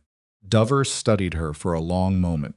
Something settled in his expression, not confidence exactly, but a kind of resolve. The expression of a man who has been in enough fights to recognize when someone beside him is genuinely prepared to see it through. I'll contact Ruth and Ada, he said. We need to know if they'll testify. This only works if all 3 of you are willing. They'll be willing, she said. She said it with more certainty than she had a right to feel. But she thought about Ada Fowler in the small rooming house in Bridger Creek, holding the envelope for 2 years, because she couldn't let go of it. She thought about Ruth Carey making tea and wrapping her hands around the mug and saying he doesn't look like what he is. She thought about the particular anger of people who have not been believed, how it sits in the body for years like a coal banked down, waiting. When you finally give that anger somewhere to go, it doesn't take much convincing. She was right. Ruth Carey wrote back within 4 days. Yes, she would come to Millard Falls for the hearing, and she was bringing her sister, who would watch the children. Ada Fowler's response took a day longer and was shorter, 3 sentences, the last of which was, "I have been waiting 2 years to say this in front of someone who has to write it down." DeVar sent the amended testimony plan to the hearing examiner's office. The response confirmed the date, March 14th, Millard Falls, the County Land and Property Office. In the meantime, Silas Crow's lawyers filed their own paperwork. It arrived at Deaver's office, and he forwarded the relevant portions to Mara. She read them at the kitchen table on a Friday night when the house was quiet, Elsie long in bed, Garrick in the study. She read them twice, carefully, the way she read everything that came from Silas's direction, looking not just at what was said, but at the shape of what was being constructed. Filing was thorough. It argued that Consolidated Range Holdings was a legitimate land investment entity operating within territorial law.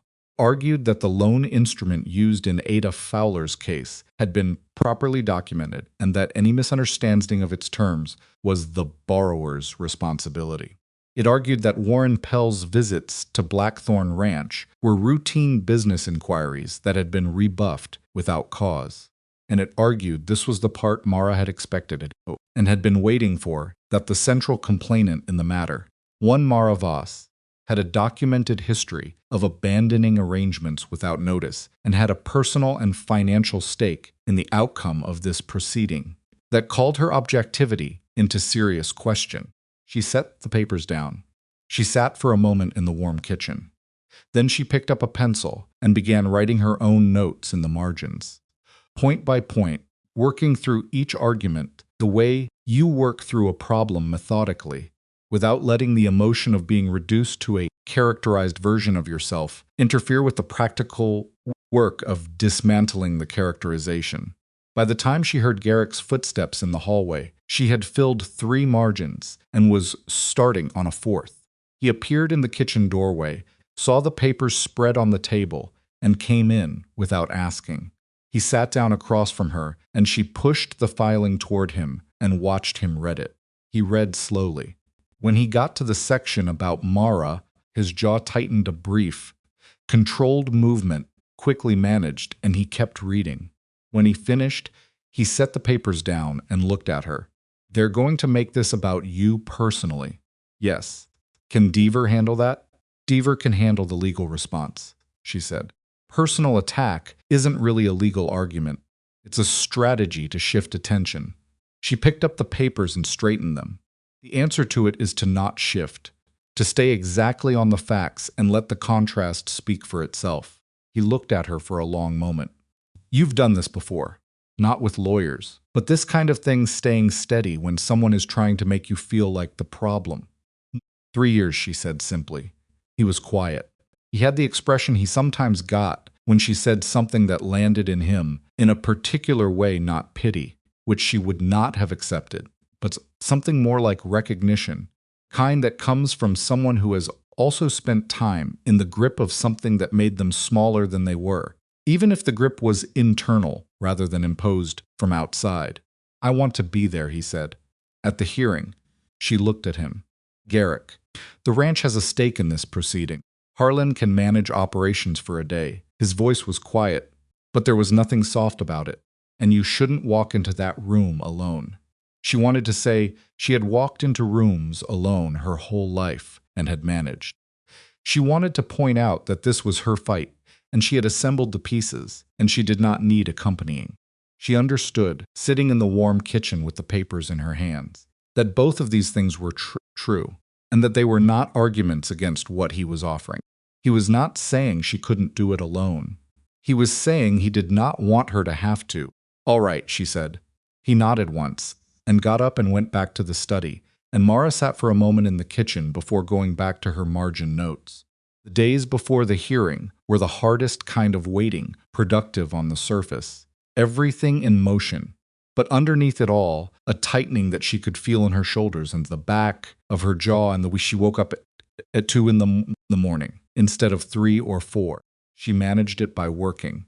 She always had. The bread orders had not stopped for any of this. The Rutland house wanted 22 loaves a week now, and a general store in a third town had placed an order that Dolly was helping fill on the extra morning shifts. The bread wagon went out 3 times a week.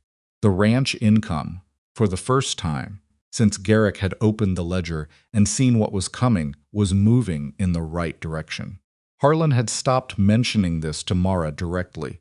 He mentioned it instead to Garrick, in her hearing, which was his version of acknowledging it without the discomfort of saying something warm to her face. She had come to find this endearing in a way she would never have said out loud. Elsie was in the kitchen every morning, without exception now, and she talked. Not constantly, not the way children sometimes talk when they've been quiet, too long, and everything comes out in a rush. She talked in the deliberate, considered way she did most things, as if each sentence was worth the space it took up. She asked questions about the bread. Why did different flours behave differently? Why did the starter smell the way it did? What happened if you baked it too early or too late? She asked questions, the way someone asks questions when they are genuinely trying to understand a thing rather than just fill silence. 3 days before the hearing, Elsie asked a question that had nothing to do with bread. She asked it in the morning, her hands in dough, her eyes on the work table, in the casual tone she used when a question had been sitting with her for a while, and she had decided to let it out. "Is the man in town going to take our house?" Mara did not stop working. "No," she said. "How do you know?" "Because we're not going to let him." Elsie pressed her dough and was quiet for a moment. Cord said, "You're going to go tell people what he did." "Yes." "And then the people in charge decide?" "There's a man, a hearing examiner, whose job is to look at all the evidence and decide what's true and what the law says should happen." "Yes." Elsie turned her dough. She had good hands for it. Now she had been watching and practicing for 2 months, and her touch was more confident than it had been, more certain of what it was asking the dough to do. "What if he doesn't believe you?" Mara looked at the child. Elsie was still looking at the work table, her expression concentrated and honest, asking the question that all of them had been carefully not saying directly. "Then we'll find another way," Mara said. "But I think he'll believe us, because there are 3 of us saying the same thing, and we have papers, and the papers have his name on them." Elsie considered this. "My mother used to say that the truth is harder to kill than people think." Kitchen was very quiet. Mara had not heard Elsie mention her mother before. She had not heard Elsie volunteer a memory, offer something from the interior life she had been keeping sealed. She looked at the small girl's hands on the dough and the particular stillness of her face, not the old sealed stillness, but a different kind, the kind of being present with something without being crushed by it. "Your mother was right," Mara said. Elsie nodded once, as if this was the answer she'd expected and that settled it, and went back to shaping her loaf. The night before the hearing, Mara could not sleep. She lay in the narrow bed in the housekeeper's room and listened to the house breathe around her the particular language of an old house in winter. The timber speaking as the temperature dropped, the wind finding the corner joints and doing what wind always did. She had learned the specific sounds of Blackthorn by now. She knew which settle was the eastern wall, and which was the floorboard outside Elsie's room, and which was the particular spot in the kitchen where the wall met the chimney stack and expressed on cold nights a sound like someone knocking once. She knew this house the way she had known nothing in Chicago. In Chicago, she had known Silas's house, had known it in the way of someone who must always know where the exits are, always know which rooms were safe and which were not, always track the mood of the place by invisible signals the way a sailor tracks weather. She had known that house like a map of dangers. Blackthorn she knew differently. She knew it the way you know something that is yours not owned, exactly, but belonging to the way a person belongs to a landscape they have worked in, long enough that the landscape has worked on them in return. She got up at 2:30 and went to the kitchen. The starter was on its shelf. She checked it without turning up the lamp. She knew it by feel. Now the way you know a familiar object in the dark. It was active, the surface domed, the smell sharp and yeasty and alive. She put the cloth back over it and sat down at the table and did not light the lamp. She sat in the dark kitchen of Blackthorn Ranch and thought about the hearing. She thought about walking into the room with Silas there, his physical presence in a formal proceeding, his lawyers beside him, his whole apparatus of respectability arranged like furniture to obscure what was underneath.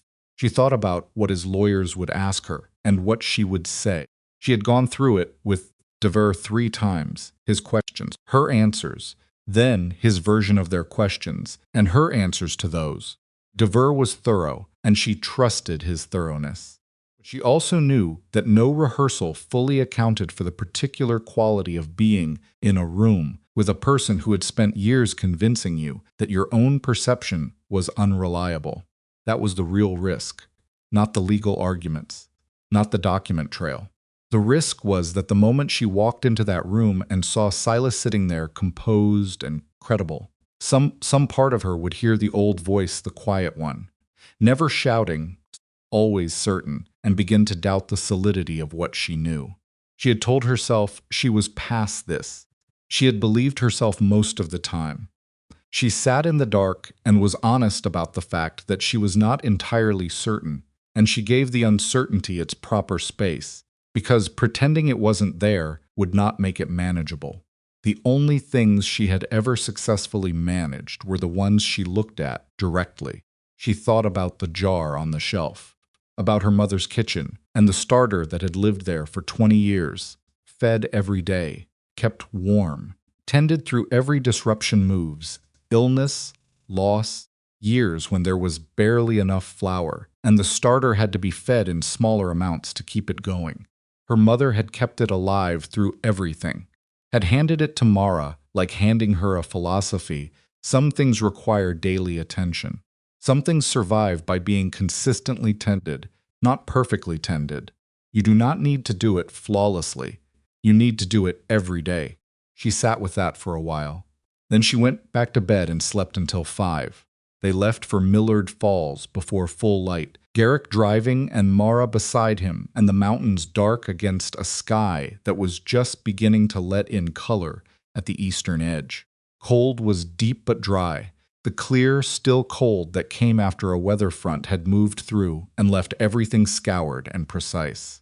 Dever was already at the Land and Property Office when they arrived, standing outside the door with his coat buttoned to the throat and a leather satchel that was very full. He looked at Mara when she came up the steps and said, without preamble, "Ruth Carey is inside." Ada Fowler arrived this morning on the early coach. They're both steady. And Nolan arrived last night. He's at the Rutland house. Dever looked at Garrick, nodded once in the way of men acknowledging each other's presence without needing to make it larger, and opened the door. The room was not a courtroom. It was a large office with a long table and chairs on both sides and a raised desk at the far end where the hearing examiner would sit. It smelled of paper and wood oil and the particular bureaucratic neutrality of official spaces everywhere. Silas was already there. He was seated on the far side of the table, 2 lawyers flanking him, dressed in exactly the coat Mara would have predicted, dark wool, well cut, the kind of clothing that says, "I am a serious man," without making any effort to say it. He looked up when she came in, and his expression did the thing she had prepared for. It arranged itself into calm. She held his gaze for exactly 1 second. Then she looked away, not quickly but deliberately, as if he were simply another element of the room that she had registered and moved past. She sat down on her side of the table, Dever to her left, Garrick to her right. Ruth Carey was 2 seats down, her hands folded on the table, her face composed. Ada Fowler sat beside Ruth, and she was less composed. She was pale, and she was gripping the edge of the table with one hand, in a way she probably didn't realize, but she was there. She had come 60 miles to be there, and she was in the chair, And that was what mattered. Nolan came in behind them and sat at the far end. The hearing examiner arrived at 9 sharp, a man named Garfield Horn, 60-ish, with a neat gray beard and the particular authority of someone who has spent decades sorting out what is true from what people want him to believe is true. He opened his folder, looked at both sides of the table, and began. The morning was procedural and careful, and in places quietly brutal. Silas's lead attorney, a man named Ashworth, precise and smooth in the way of someone who had argued many of these, began by attacking the framework of the filing itself. He argued that Consolidated Range Holdings was a registered legitimate entity, that its acquisition activities were standard practice in territorial land markets, and that the filing represented a coordinated effort by individuals with personal grievances against his client to misuse the hearing process. Devers responded with the corporate registration filing showing Crow as principal officer, then with the loan document from Ada Fowler's envelope, then with the side-by-side timeline he had constructed showing the sequence of acquisition attempts against 3 separate properties, each following the same pattern within 18 months. Ashworth called the timeline speculative. Diver said it was documentary. Horn looked at both of them with the expression of a man who had heard this particular exchange in various forms many times and was waiting for something more interesting. Came from Nolan. Jonas Nolan was not a polished man. He was a cattle rancher from the Southeast Valley with a long jaw and a quiet anger that had clearly been sitting in him for some time. And when Horn asked him to describe his experience with Consolidated Range Holdings' acquisition of his water parcel, he described it with the flat, specific precision of a man who has replayed every conversation 100 times. He described the initial contact. He described the pressure tactics, the visits, the implied consequences of refusing, the escalating offers that somehow always arrived, accompanied by new information about his financial exposure. He described the moment he realized that the information about his finances had come from somewhere it should not have come from. "How did you know that?" Horn asked. "Because the only way they could have known the exact figure on my operating debt was from the county assessment records," Nolan said. "I never shared that number with anyone from that company." Pause. Mara watched Ashworth write something on his notepad and keep his face neutral. Ruth Carey's testimony was different in quality, quieter, more personal, and in its quietness, more difficult to sit in the room with. She described the intermediary, the arrangement, the moment she understood what had happened to her property. She described trying to explain it to people who didn't believe her. She described the document she had signed without fully understanding what she was giving away. Ashworth challenged her on the document, said she had signed it voluntarily. Ruth looked at him steadily. "I signed it because a man I trusted, who was working for a company I had no reason to distrust, explained the terms in a way that was specifically designed to obscure the parts that mattered. It's not the same as volunteering." Ada Fowler's testimony was harder. She was still pale when Horn addressed her, and her voice was careful in the way of someone choosing each word with great concentration, because they cannot afford to lose control of it. Described the farm. She described her husband, described 2 years of working it alone after he died, and the specific desperation of a woman who needed capital and had no one to ask, and was therefore vulnerable to someone who presented himself as offering help. She described the intermediary's charm.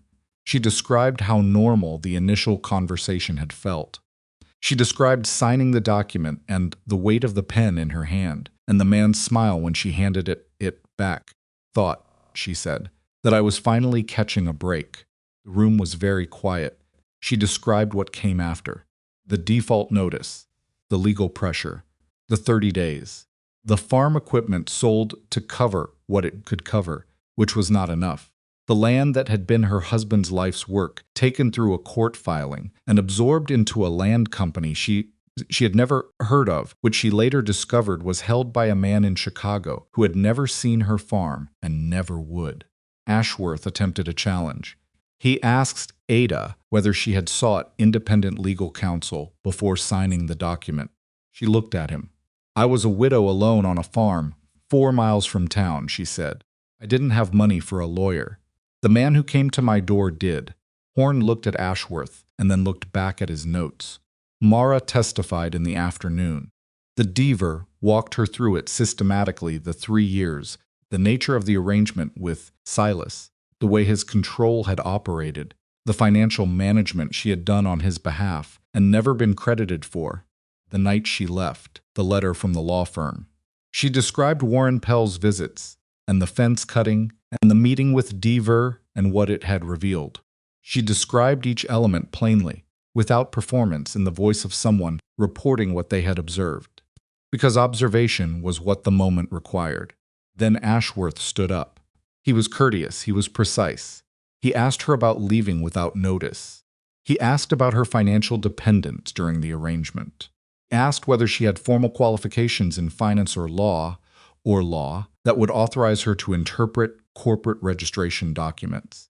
He asked, with particular delicacy, whether she was aware that her personal history with his client might be coloring her interpretation of business activities that had no connection to her.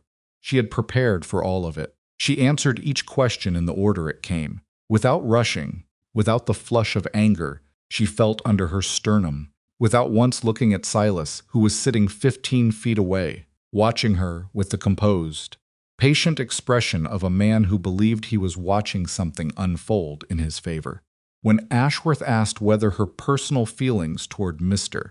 Crow might be influencing the claims she was making, she looked at him, not at Silas, at Ashworth, and said, "My personal feelings are that I left an arrangement that was damaging to me and built a productive life elsewhere. My professional observations are that the corporate registration documents, the loan instrument, the pattern of property acquisition, and the testimony of 3 other people who have never met each other all describe the same method of operation. You can disagree with my feelings. The documents don't have feelings to disagree with." A small sound somewhere behind her. She thought it might have been Nolan, but she did not turn to check. Horn looked at the table and wrote something. Ashworth tried one more angle. He said that Miss Voss had arrived at Blackthorn Ranch under ambiguous circumstances, with no references, and had inserted herself into the ranch's financial and operational decisions in ways that exceeded any normal housekeeper role, and that her current testimony was therefore in direct service of her own continued position at the ranch. Mara looked at him. "I arrived at Blackthorn Ranch with no references, because references would have required telling people where I was going, and I was leaving a situation that made that unsafe. I exceeded a normal housekeeper role because the ranch needed more than a normal housekeeper, and I was capable of providing it. And I'm testifying here today because the man who made my Chicago situation unsafe turned out to be the same man attempting to take the ranch I rebuilt." She paused. "That's a conflict of interest. It's the most coincidental one I've ever heard described." Horn looked at her. Something moved in his expression, not sympathy exactly, but something closer to recognition. Ashworth sat down. The afternoon session closed at 4. Horn said he would deliver his assessment within 2 weeks and dismissed the room. People stood. Chairs moved. The formal arrangement of the room dissolved into the ordinary motion of individuals collecting themselves to leave. Mara sat still for a moment, her hands flat on the table, letting the past several hours settle through her. She was aware of Silas standing up across the table. She was aware of him speaking briefly to Ashworth, the 2 of them, with their heads together, and she was aware of not looking at him, not because she was afraid to, but because he was no longer the most important thing in the room. Ruth Carey touched her arm. "You did well," she said quietly. "So did you." Ada Fowler was standing near the door, her coat on. The envelope tucked under her arm. Deaver had returned it to her that morning as promised. She looked at Mara across the room with an expression that was exhausted, and something else lighter. In some way, the quality of a person who has set down something very heavy and is still in the process of realizing it's no longer in their hands. Mara looked back at her and nodded. She became aware of Garrick standing beside her. He had been silent through the entire proceedings, and the seated to her right, present without being obtrusive, which she understood, now had required considerable self-discipline from a man who was not by nature passive. He had sat in that room and listened to her describe 3 years of being diminished, and he had not moved, not reacted visibly, had simply been there with the particular weight of someone who is choosing to hold steady, because steadiness is what is needed. "Ready?" he said. She picked up her coat from the back of the chair. Yes. She did not look at Silas as she walked out of the room. She did not look because there was nothing she needed from him. Not acknowledgement, not reaction, not the satisfaction of seeing what this had cost him. She had testified to what was true, clearly and without flinching, in front of a man whose job was to write it down. Whatever Horn decided, that testimony existed now in the official record of the Territorial Land Office, permanent and documented, her name and words in the public file. Silas Crow had spent years making things private, one at a time, isolated, unrecorded. She had just made this one public, permanently. She walked out into the March afternoon cold still, but with the particular quality of late winter cold, the kind that is cold but knows it, the kind that is already, on some level, negotiating its way towards something else. The mountains to the north were still white at the peaks, but the valley below them was showing, here and there, the faint beginning of color that meant the season was considering its next move. She stood on the steps of the Land and Property Office and breathed the cold air and let it fill her. Deaver came out behind her and stood beside her on the steps. "Horn's a fair examiner," he said. "The documentary evidence is solid. Testimony was solid." He paused. "I've been doing this a long time, and I've learned not to predict outcomes. But I'll tell you that when he wrote something down after Ada testified, that was a good sign." She nodded. "Ashworth's challenge to your credibility was their best move, and you handled it," he said. "That was the moment. That's what he had, and you didn't let it land." She looked at the street. Millard Falls going about its afternoon business wagons, a group of children running somewhere, the smell of a cook fire from down the block. She thought about the first time she had come to this town, riding on the supply wagon with Pete, 2 loaves of bread wrapped in cloth, the beginning of something she had not yet allowed herself to call a plan. "We'll know in 2 weeks," she said. "Yes." Deaver pulled his coat tighter. "Go home, Miss Voss. Feed your starter." She almost laughed. Prized her the sudden, involuntary nature of it, the way it came up before she could manage it into something smaller. Pressed her lips together and let it pass. "Yes," she said. "That's exactly what I'm going to do." She came down the steps to where Garrick was waiting with the wagon. And they drove back toward Blackthorn through the long Montana afternoon, the cold air sharp and clean, and the road rolling south between the mountains, the same road she had first traveled 4 months ago in the supply wagon, with Pete talking about the price of beef and a dog that had gotten into the hen house. She had been a different person on that road. Not better, not worse different. Someone who was leaving something and had not yet arrived anywhere. She was somewhere now. She knew exactly where she was. The gate of Blackthorn came into view as the light was going, the mountain peaks behind it turning the pale rose gold of a winter sunset that would not last long but was, while it lasted, complete. She saw the light in the kitchen window from the road. Dolly's shift ended at 4, but someone had kept the lamp going. When she came into the kitchen, Elsie was at the work table. She had 3 loaves shaped and under their cloths, the tin with the timing scratched into its lid sitting beside them, the starter back on its shelf, freshly fed. She looked up when Mara came in, and her expression was the expression of someone who had been waiting and is not going to make a production of the waiting, now that it's over. "How did it go?" she said. Mara looked at the loaves under their cloths. She looked at the starter on the shelf. She hung her coat on the hook by the door and moved to the work table and checked the first loaf by feel. She lifted the cloth press gently and felt the slow, elastic push-back of dough that was still working. 20 more minutes, she said. Elsie looked at the loaves, then at Mara. "That's not what I asked." I know, Mara said. She smoothed the cloth back over the dough. We told the truth, and it's been heard, and we're waiting for the answer. She met the gray eyes, so like her father's, direct and patient. As much as I can tell you tonight. Elsie considered this. She looked at the loaves.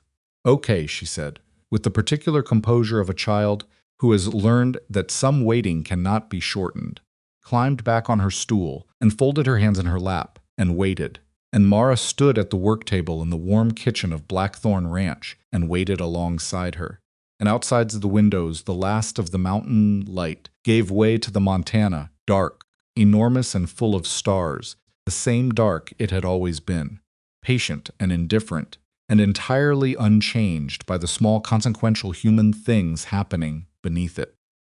The 2 weeks felt longer than the 4 months that had come before them. Mara had expected, this had told herself, before the hearing that the waiting would be the hardest part, that the doing was always easier than the suspended state between doing and knowing. She had been right, and being right about it did not make it more bearable.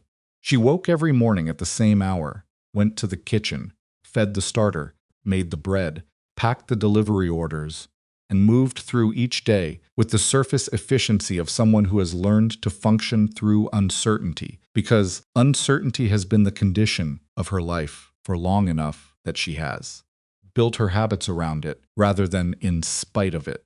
Underneath the efficiency, she was waiting.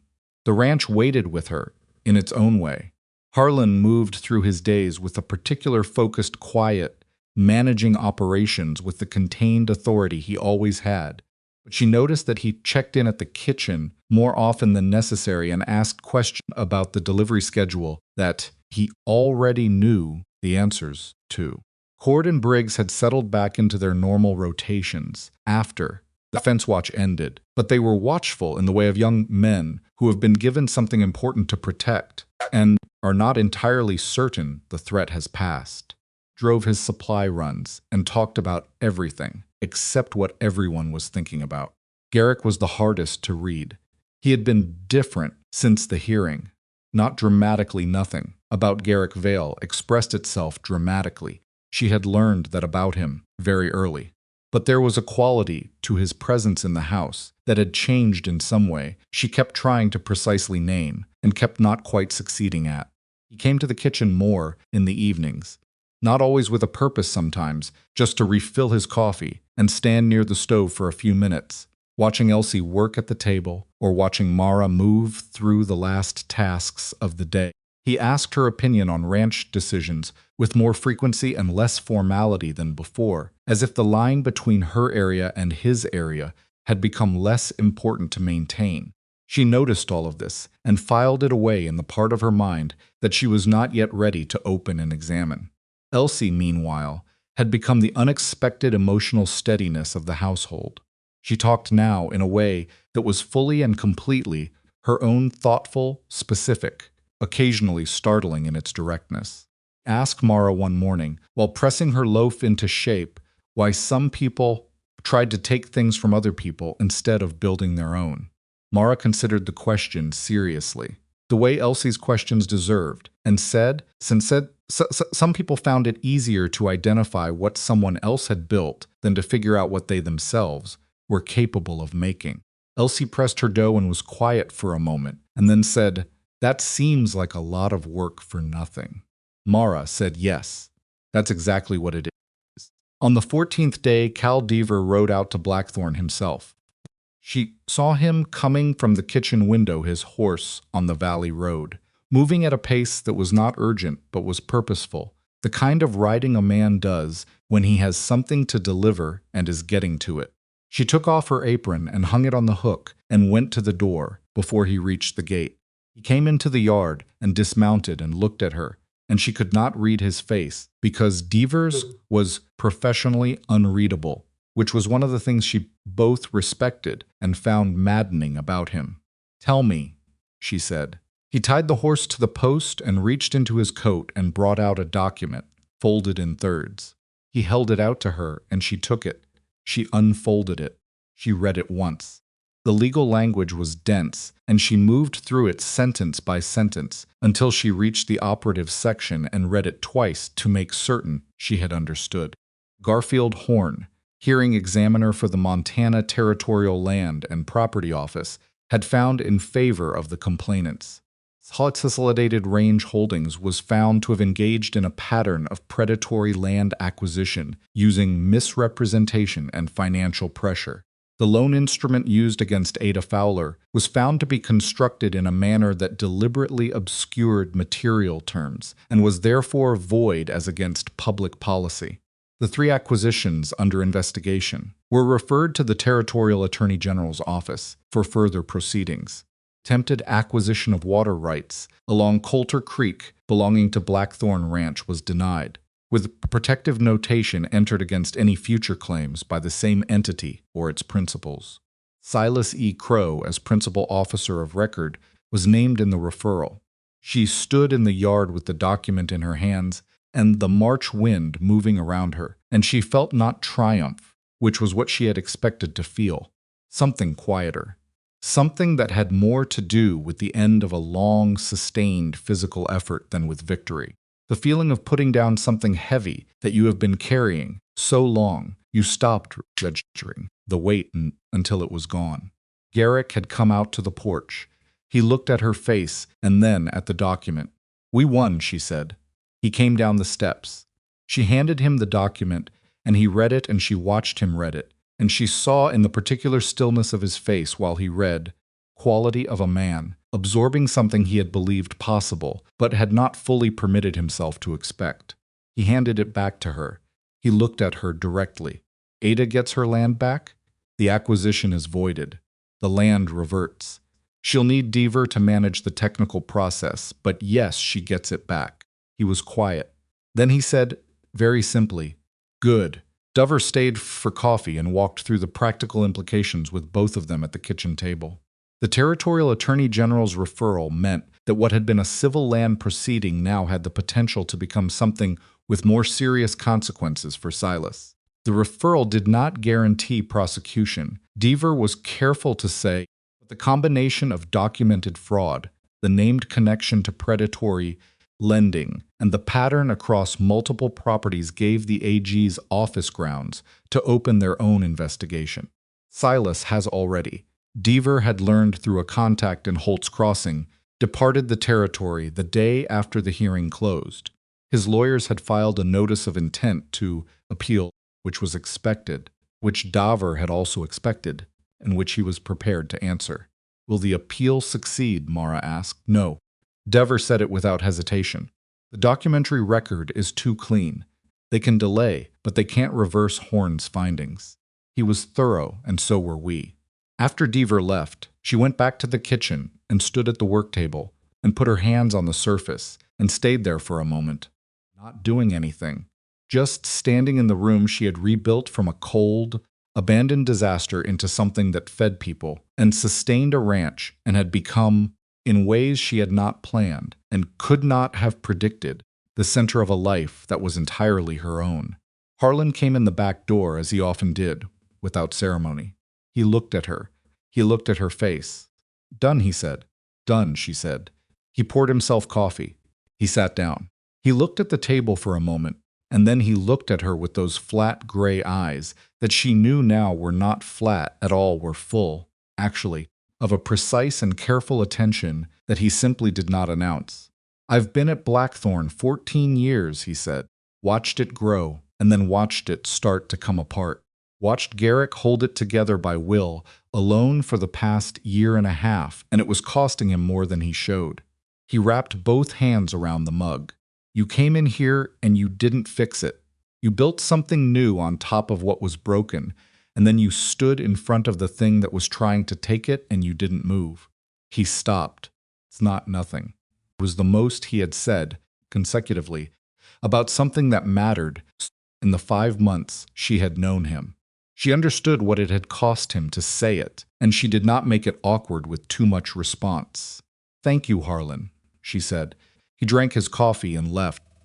She wrote to Ruth Carey that afternoon, a short letter telling her the outcome and thanking her for her testimony. She wrote to Ada Fowler separately, a longer letter, because Ada had more at stake and more to process. She told Ada that the voiding of the acquisition would require some paperwork, and she should contact Deaver directly, and that Deaver would handle it without charge, because he had told Mara that morning that he would, and she had not argued because she knew that arguing would have offended him. She wrote one more letter. She did not write it to anyone she knew. She wrote it to the Chicago law firm that had sent the original intimidations notice. She wrote it in 2 paragraphs. The first paragraph informed them of the outcome of the territorial hearing, the referral to the Attorney General, and the void finding on Consolidated Range Holdings acquisition activities, and noted that any continued contact from their firm regarding Mara Voss's departure from the residence of Silas Crow would be referred to Deaver's office for response. The second paragraph was 1 sentence: "I am not returning." She sealed it, addressed it, and gave it to Pete for the next mail run. She did not feel dramatic about it. She felt very simply finished. Not finished with the living of her life, finished with that particular weight.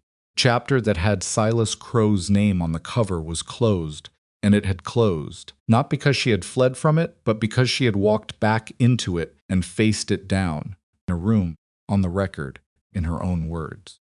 There is something about that distinction that matters in a way that is hard to fully articulate. Running keeps you moving, but it doesn't end things. The thing you run from stays exactly where it was, unchanged, and you carry the memory of it like a low fever you can't locate. She had run for a year, lived in the fever, and then turned around. The turning around had been the hard part. What came after the lawyer, the hearing, the testimony had been difficult, but not hard in the same way, because it moved forward. And moving forward, she had learned, is always less exhausting than moving away. Spring came to the Montana Valley the way spring comes in mountain country, not as a polite announcement, but as an argument. 1 week the cold was still absolute, the ridge above the ranch still wearing its full white cap, and the next the yard was soft with mud, and the south-facing slope of the near pasture was showing the first tentative green, and the creek sound was different, fuller, moving with the snowmelt beginning above. Coulter Creek ran clear and strong along the east ridge, over the ground that Silas Crow would not own. Bread business had settled by spring into something that no longer felt provisional. The Rutland House order had grown to 26 loaves a week. The third general store in a small town called Parish Ford, 30 miles south, had become a regular customer, and Briggs drove that route on Saturdays and came back reporting that people came into the store specifically on the days the bread was there. Dolly Marsh had become, without any formal discussion of it, a genuine partner in the kitchen operation. She managed the supply inventory and had taken over a portion of the biscuit production with a competence that was considerable, and that Mara told her so directly. Dolly received, with the matter-of-fact satisfaction of someone who has done good work and is glad to have it acknowledged. The money was not large.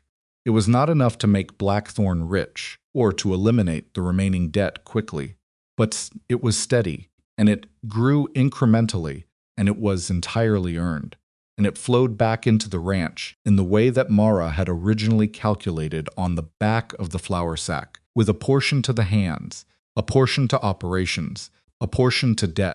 Garrick had started showing the ledger to her without being asked. The way you show something to a person whose opinion you've decided to include in your decisions. She found one afternoon in late March that the flour sack was gone. She had kept it all this time, the original one, the figures she'd written the first night, and the additions she'd made over the months, the name Consolidated Range Holdings at the bottom, with its question mark. She looked for it behind the tin where she kept important things, and it wasn't there. She checked the shelf, the work table drawer, the stack of papers near the window. She found it that evening, framed.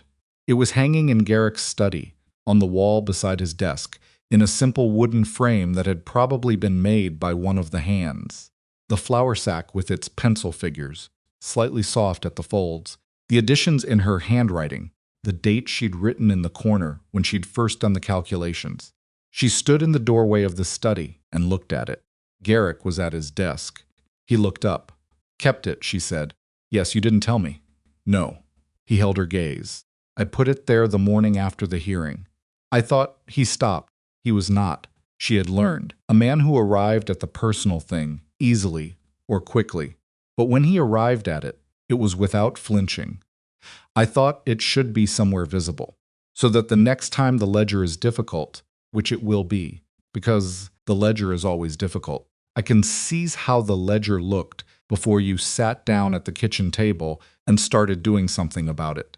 She looked at the framed flour sack, the figure she had written in the dark on her second night at Blackthorn. Frightened and certain she was probably wrong about everything, and doing the math anyway. I should have asked, before I framed your property, he said. It was a flour sack, she said. It was what you built this from, he said. It's not nothing. That's what Harlan said. She looked at him. He was watching her with that expression she had been not quite examining, that careful, layered look that she had been filing away for later, without giving it its proper name, because naming it would have required trusting that it was what it appeared to be. Trust was still, even now, something she extended carefully in stages like adding weight to ice. The ice, she decided, would hold. Garrick, she said. Yes, I'm not going anywhere. He held her gaze. Something in his face shifted just slightly, just enough, the way a house settles when it finally has all its weight distributed correctly. Good, he said. It was the same word he had used about Ada's land. She was beginning to understand that for Garrick Vale, good was not a minor word. It was the word he used when something mattered enough that more words would dilute it. The specific morning she had held on to, when things were difficult, the one she returned to later, when she was trying to locate the moment when Blackthorn stopped being a place she had come to and started being the place she was from, was an ordinary one. Tuesday in April. Kitchen window was open for the first time since autumn, a mild morning for early spring, the air carrying that particular mix of mud and new grass and cold water that the valley had when the season was genuinely turning. The bread was in the oven. The starter was on its shelf. Dolly was coming in at 8. Briggs was loading the delivery wagon in the yard. Elsie was at the work table with her hands in the second batch of dough, working it with the steady, practiced rhythm of someone who has done this enough times that the motion is no longer effortful. She had grown in the past months, not just in height, though that too, but in some other dimension that was harder to measure. She was present in a way she had not been when Mara first found her in that room with her stones. She was 8 years old, and she knew how to read the dough and how to feed the starter and how to tell when the oven had reached the right temperature by holding her hand near it, and she had a dry, precise humor that she had apparently been holding in reserve for years and was now deploying with increasing confidence. Garrick came through the kitchen on his way to the barn as he did every morning and stopped and stole a piece of bread heel from the rack, in the same way he did every morning, which Mara pretended not to notice in the same way she always did. And he looked at the two of them at the work table and said, "What's today's batch?" 4 for Fry and 12 for Rutland, Elsie said without looking up. And 6 biscuits for Nolan's order, Mara added. Briggs is taking the south route today. Garrick ate the bread heel and looked at his daughter's hands in the dough, and then at Mara, and there was something in his face in that unguarded morning moment that was so uncomplicated and clear that she almost had to look away from the honesty of it. He didn't say anything. He went to the barn. Elsie kept working. After a moment, without looking up, she said, "He does that every morning." "Does what?" Mara said. "Looks at you like that." Mara kept her eyes on the dough in front of her. "Work your loaf," she said. Elsie smiled that small private smile that was entirely her own and worked her loaf. Later, in the particular piece of that Tuesday afternoon, when the bread was done and cooling and the delivery was gone and Dolly had headed back to town, and the ranch had settled into its afternoon sounds, Mara stood at the kitchen window and looked at the valley. The mountains to the north still had white on the peaks, but the lower slopes were green, genuinely green, the first real green of a new season after a long Montana winter that had been, by any accounting, the most consequential winter of her life. She thought about the woman who had arrived at this window from the other side, who had stood at a train-in station in Chicago with $14.60 and a glass jar wrapped in wool stockings, and put her finger on a map and chosen a direction. That woman had not known what she was choosing. She had been choosing away from rather than toward. She had been choosing survival rather than living, which is a necessary distinction until it is no longer the only option available. Some point in the past 5 months, she could not have named the exact moment, which was probably correct. Because the most important changes never have exact moments, it had stopped being survival. She thought about what she would tell that woman at the train station if she could. She thought about it seriously, the way Elsie asked questions seriously, the way the question deserved. She would not say that it got easier. That would be a lie, and she had no use for comforting lies any more than she had use for the other kind. What she would say is that the hardest thing is not the running, or the fighting, or even the facing of the thing you have been afraid of. The hardest thing is deciding that you are worth building a life for, not worth tolerating, not worth a temporary arrangement, or a convenient role, or someone else's idea of what you should be useful for. Worth the actual work of building something that belongs to you, that is yours, in the deep sense that cannot be taken, because it is not a thing but a fact about who you have become. She had carried the sourdough starter through a frozen escape and a 2-day train ride, and the first terrifying night in a strange place because her mother had given it to her, and it was alive, and she was responsible for it. She had not known, wrapping it in wool stockings at 2 in the morning, that she was also carrying something else, the evidence that she was capable of keeping a living thing alive through bad conditions. Could be a person who showed up every day and did the necessary work, even when the necessary work was hard and cold and done in fear. The starter was on the shelf above the stove. It had been on every shelf above every stove she had stood at for 5 months, and it was healthier now than it had ever been. She had added to it a portion, grown from the original, given to Dolly, who had wanted one for her own kitchen. A living thing passed forward. Some things survive by being consistently tended, not perfectly tended. You do not need to do it flawlessly. You need to do it every day. She had done it every day. 2 years later, the Blackthorn Ranch bread operation had grown past what the main kitchen could manage alone. Mara and Garrick had converted the old storage outbuilding into a proper bakehouse, with 2 large ovens and a proper proofing area and a workspace that Dolly ran 4 mornings a week with 2 women from town she had hired and trained herself. The ranch income had diversified enough that the original debt was fully retired, which Harlan had marked by saying nothing at all when told, and then going to the barn for 20 minutes, and coming back with the particular expression of a man who has had a private moment and is not going to discuss it. Nolan from Kettle Creek had become something between a business partner and a neighbor, in the genuine sense his hands helped with the south delivery route, and Blackthorn hands helped at Kettle Creek during heavy seasonal work. Kind of reciprocal arrangement that is not written down, because it doesn't need to be. Ruth Carey had moved to Millard Falls permanently and was working as a bookkeeper for 2 businesses in town. She and Mara exchanged letters every few weeks, practical letters, mostly about the specifics of their lives, but underneath the practicality, a thread of something that did not need to be named to be real. Ada Fowler had her land back. The legal process had taken 8 months, and there had been moments when Deaver had warned Mara that the appeals delay tactics were having their intended effect, and that patience was essential. She had been patient. She had sent Ada a letter every month during those 8 months, every single month without missing one, because she had understood that what Ada needed during the wait was to know that she had not been forgotten, that what had happened to her remained in someone's active attention and was not going to be quietly abandoned now that the dramatic portion was over. When the final papers were signed and the land officially reverted, Ada had written back a single page. Most of it was practical about the condition of the property and what would need to be done to make it working again, and Mara had helped her think through Atch's problem in subsequent letters. The last paragraph was not practical. It said, "I used to think I was the kind of person things happen to. I'm not sure that's changed entirely, but at least now I know that things can also be changed back." Mara had kept that letter in the tin behind the flour bin.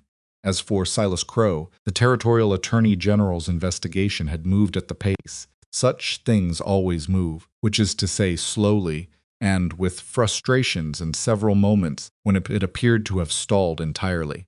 But the paper trail Deaver had assembled was thorough, and the voiding of Ada's loan had established a legal precedent that the AG's office found useful, and Silas's lawyers' appeals had each been denied in succession by a territorial court that had read Horn's original findings and found them sound. In the early spring of the second year, Silas Crow entered into a settlement agreement with the Territorial AG's office. The terms included the formal dissolution of Consolidated Range Holdings, financial restitution to 3 affected parties, and a 5-year prohibition on property acquisition activities in the territory. His name appeared in the formal legal record of the settlement exactly as she had placed it in Horn's hearing, not hidden, not filtered through a company name or an intermediary, but his own name, permanent and documented. He returned to Chicago. She did not know and did not particularly try to know what he did there. He was not in her life in any form that required her ongoing attention. He had ceased to occupy the interior space he had once taken up in her, the space she had not fully recognized as his until she began, slowly, to reclaim it for her own uses. That reclamation had not happened all at once. It happened the same way everything real happened, incrementally, through daily work, through the accumulation of mornings in which she woke up and did the necessary thing, and the necessary thing was entirely her own. Garrick proposed to her on a December evening in the kitchen, which was exactly where she would have wanted it to happen if she had been the kind of person who planned where such things should happen, which she was not. He was not elegant about it. He had clearly been working up to it for some time, and had prepared something to say, and had then, at the last moment, abandoned the preparation and said instead, "I'd like you to stay permanently. I'd like us to be a family." I'm not sure how to say that in a way that doesn't sound like a business proposition, but I want you to know it isn't one. She had looked at him for a long moment. She had thought about the flour sack on the wall in the study. She had thought about Elsie feeding the starter while she was in Millard Falls, testifying in a room that could have broken her and didn't. She had thought about the kitchen window in April, the green on the lower slopes, the specific quality of an ordinary morning in which she had understood without deciding to understand that she was home. "It doesn't sound like a business proposition," she said. They were married in the spring in Millard Falls, with Harlan standing up for Garrick in the stiff and visibly pained way of a man who has agreed to something formal because it mattered to someone he respected, and Dolly standing up for Mara with considerably more comfort with the occasion. Elsie stood between them and held both their hands at the relevant moment, which had not been planned, and was, therefore, the truest part of it. Cal Dever attended and brought a wedding gift that was, characteristically, a book of volume on territorial property law that he had inscribed on the first page, for the woman who read the figures and then changed them. She put it on the shelf in the kitchen next to the starter. What Mara understood in the years that followed was something she could not have been told and would not have believed if someone had tried, that the woman who ran west with $14 and a jar of sourdough starter had not been running away from something, so much as running toward a version of herself that did not yet exist and could not exist in the place she was leaving. That place had been wrong for her in ways she had only partially understood while she was inside it.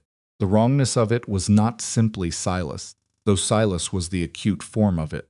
The wrongness was the way she had been asked, by the whole arrangement of her life, up to that point, to be less than she was, to fit inside a smaller space than the one her actual self required. Montana had given her the space. The work had given her the shape. People imperfect, complicated, arriving in her life sideways and unannounced in the way real people always do, had given her the belonging. She had not saved the ranch single-handedly. She had not fixed Garrick or healed Elsie or reformed Harlan.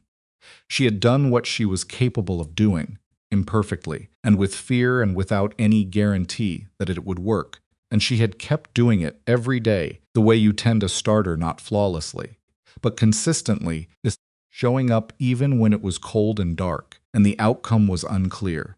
On a September morning, 3 years after arriving at Blackthorn, Mara stood at the kitchen window in the early light, with her coffee in both hands, and listened to the sounds of the ranch starting its day. A particular sequence of it was as familiar to her as her own heartbeat, the barn door, the horses, Harlan's voice giving direction to someone in the yard, the bread wagon on its way out through the gate on the morning run. Elsie came downstairs and came into the kitchen and went directly to the starter on its shelf and checked it, with the authority of someone who has done this 10,000 times and will do it 10,000 more. She was 10 years old, and she had not stopped talking. Since the morning, she told Mara the dough needed more time, which felt like the most important sentence anyone had said to Mara in her adult life, though she understood that the importance was not in the sentence itself, but in what it meant that the child had finally felt safe enough to say it. "Ready," Elsie said. "About the starter." "Good," Mara said. Elsie looked at her. She had her father's gray eyes and her own precise attention, and a life that was, by any fair measure, still ahead of her, full of things that would be hard and things that would be worth it, full of mornings exactly like this one and others entirely unlike it. "What are we making today?" Elsie asked. Mara set down her coffee and turned from the window to the work table. "Same thing we make every day," she said. "Let's start."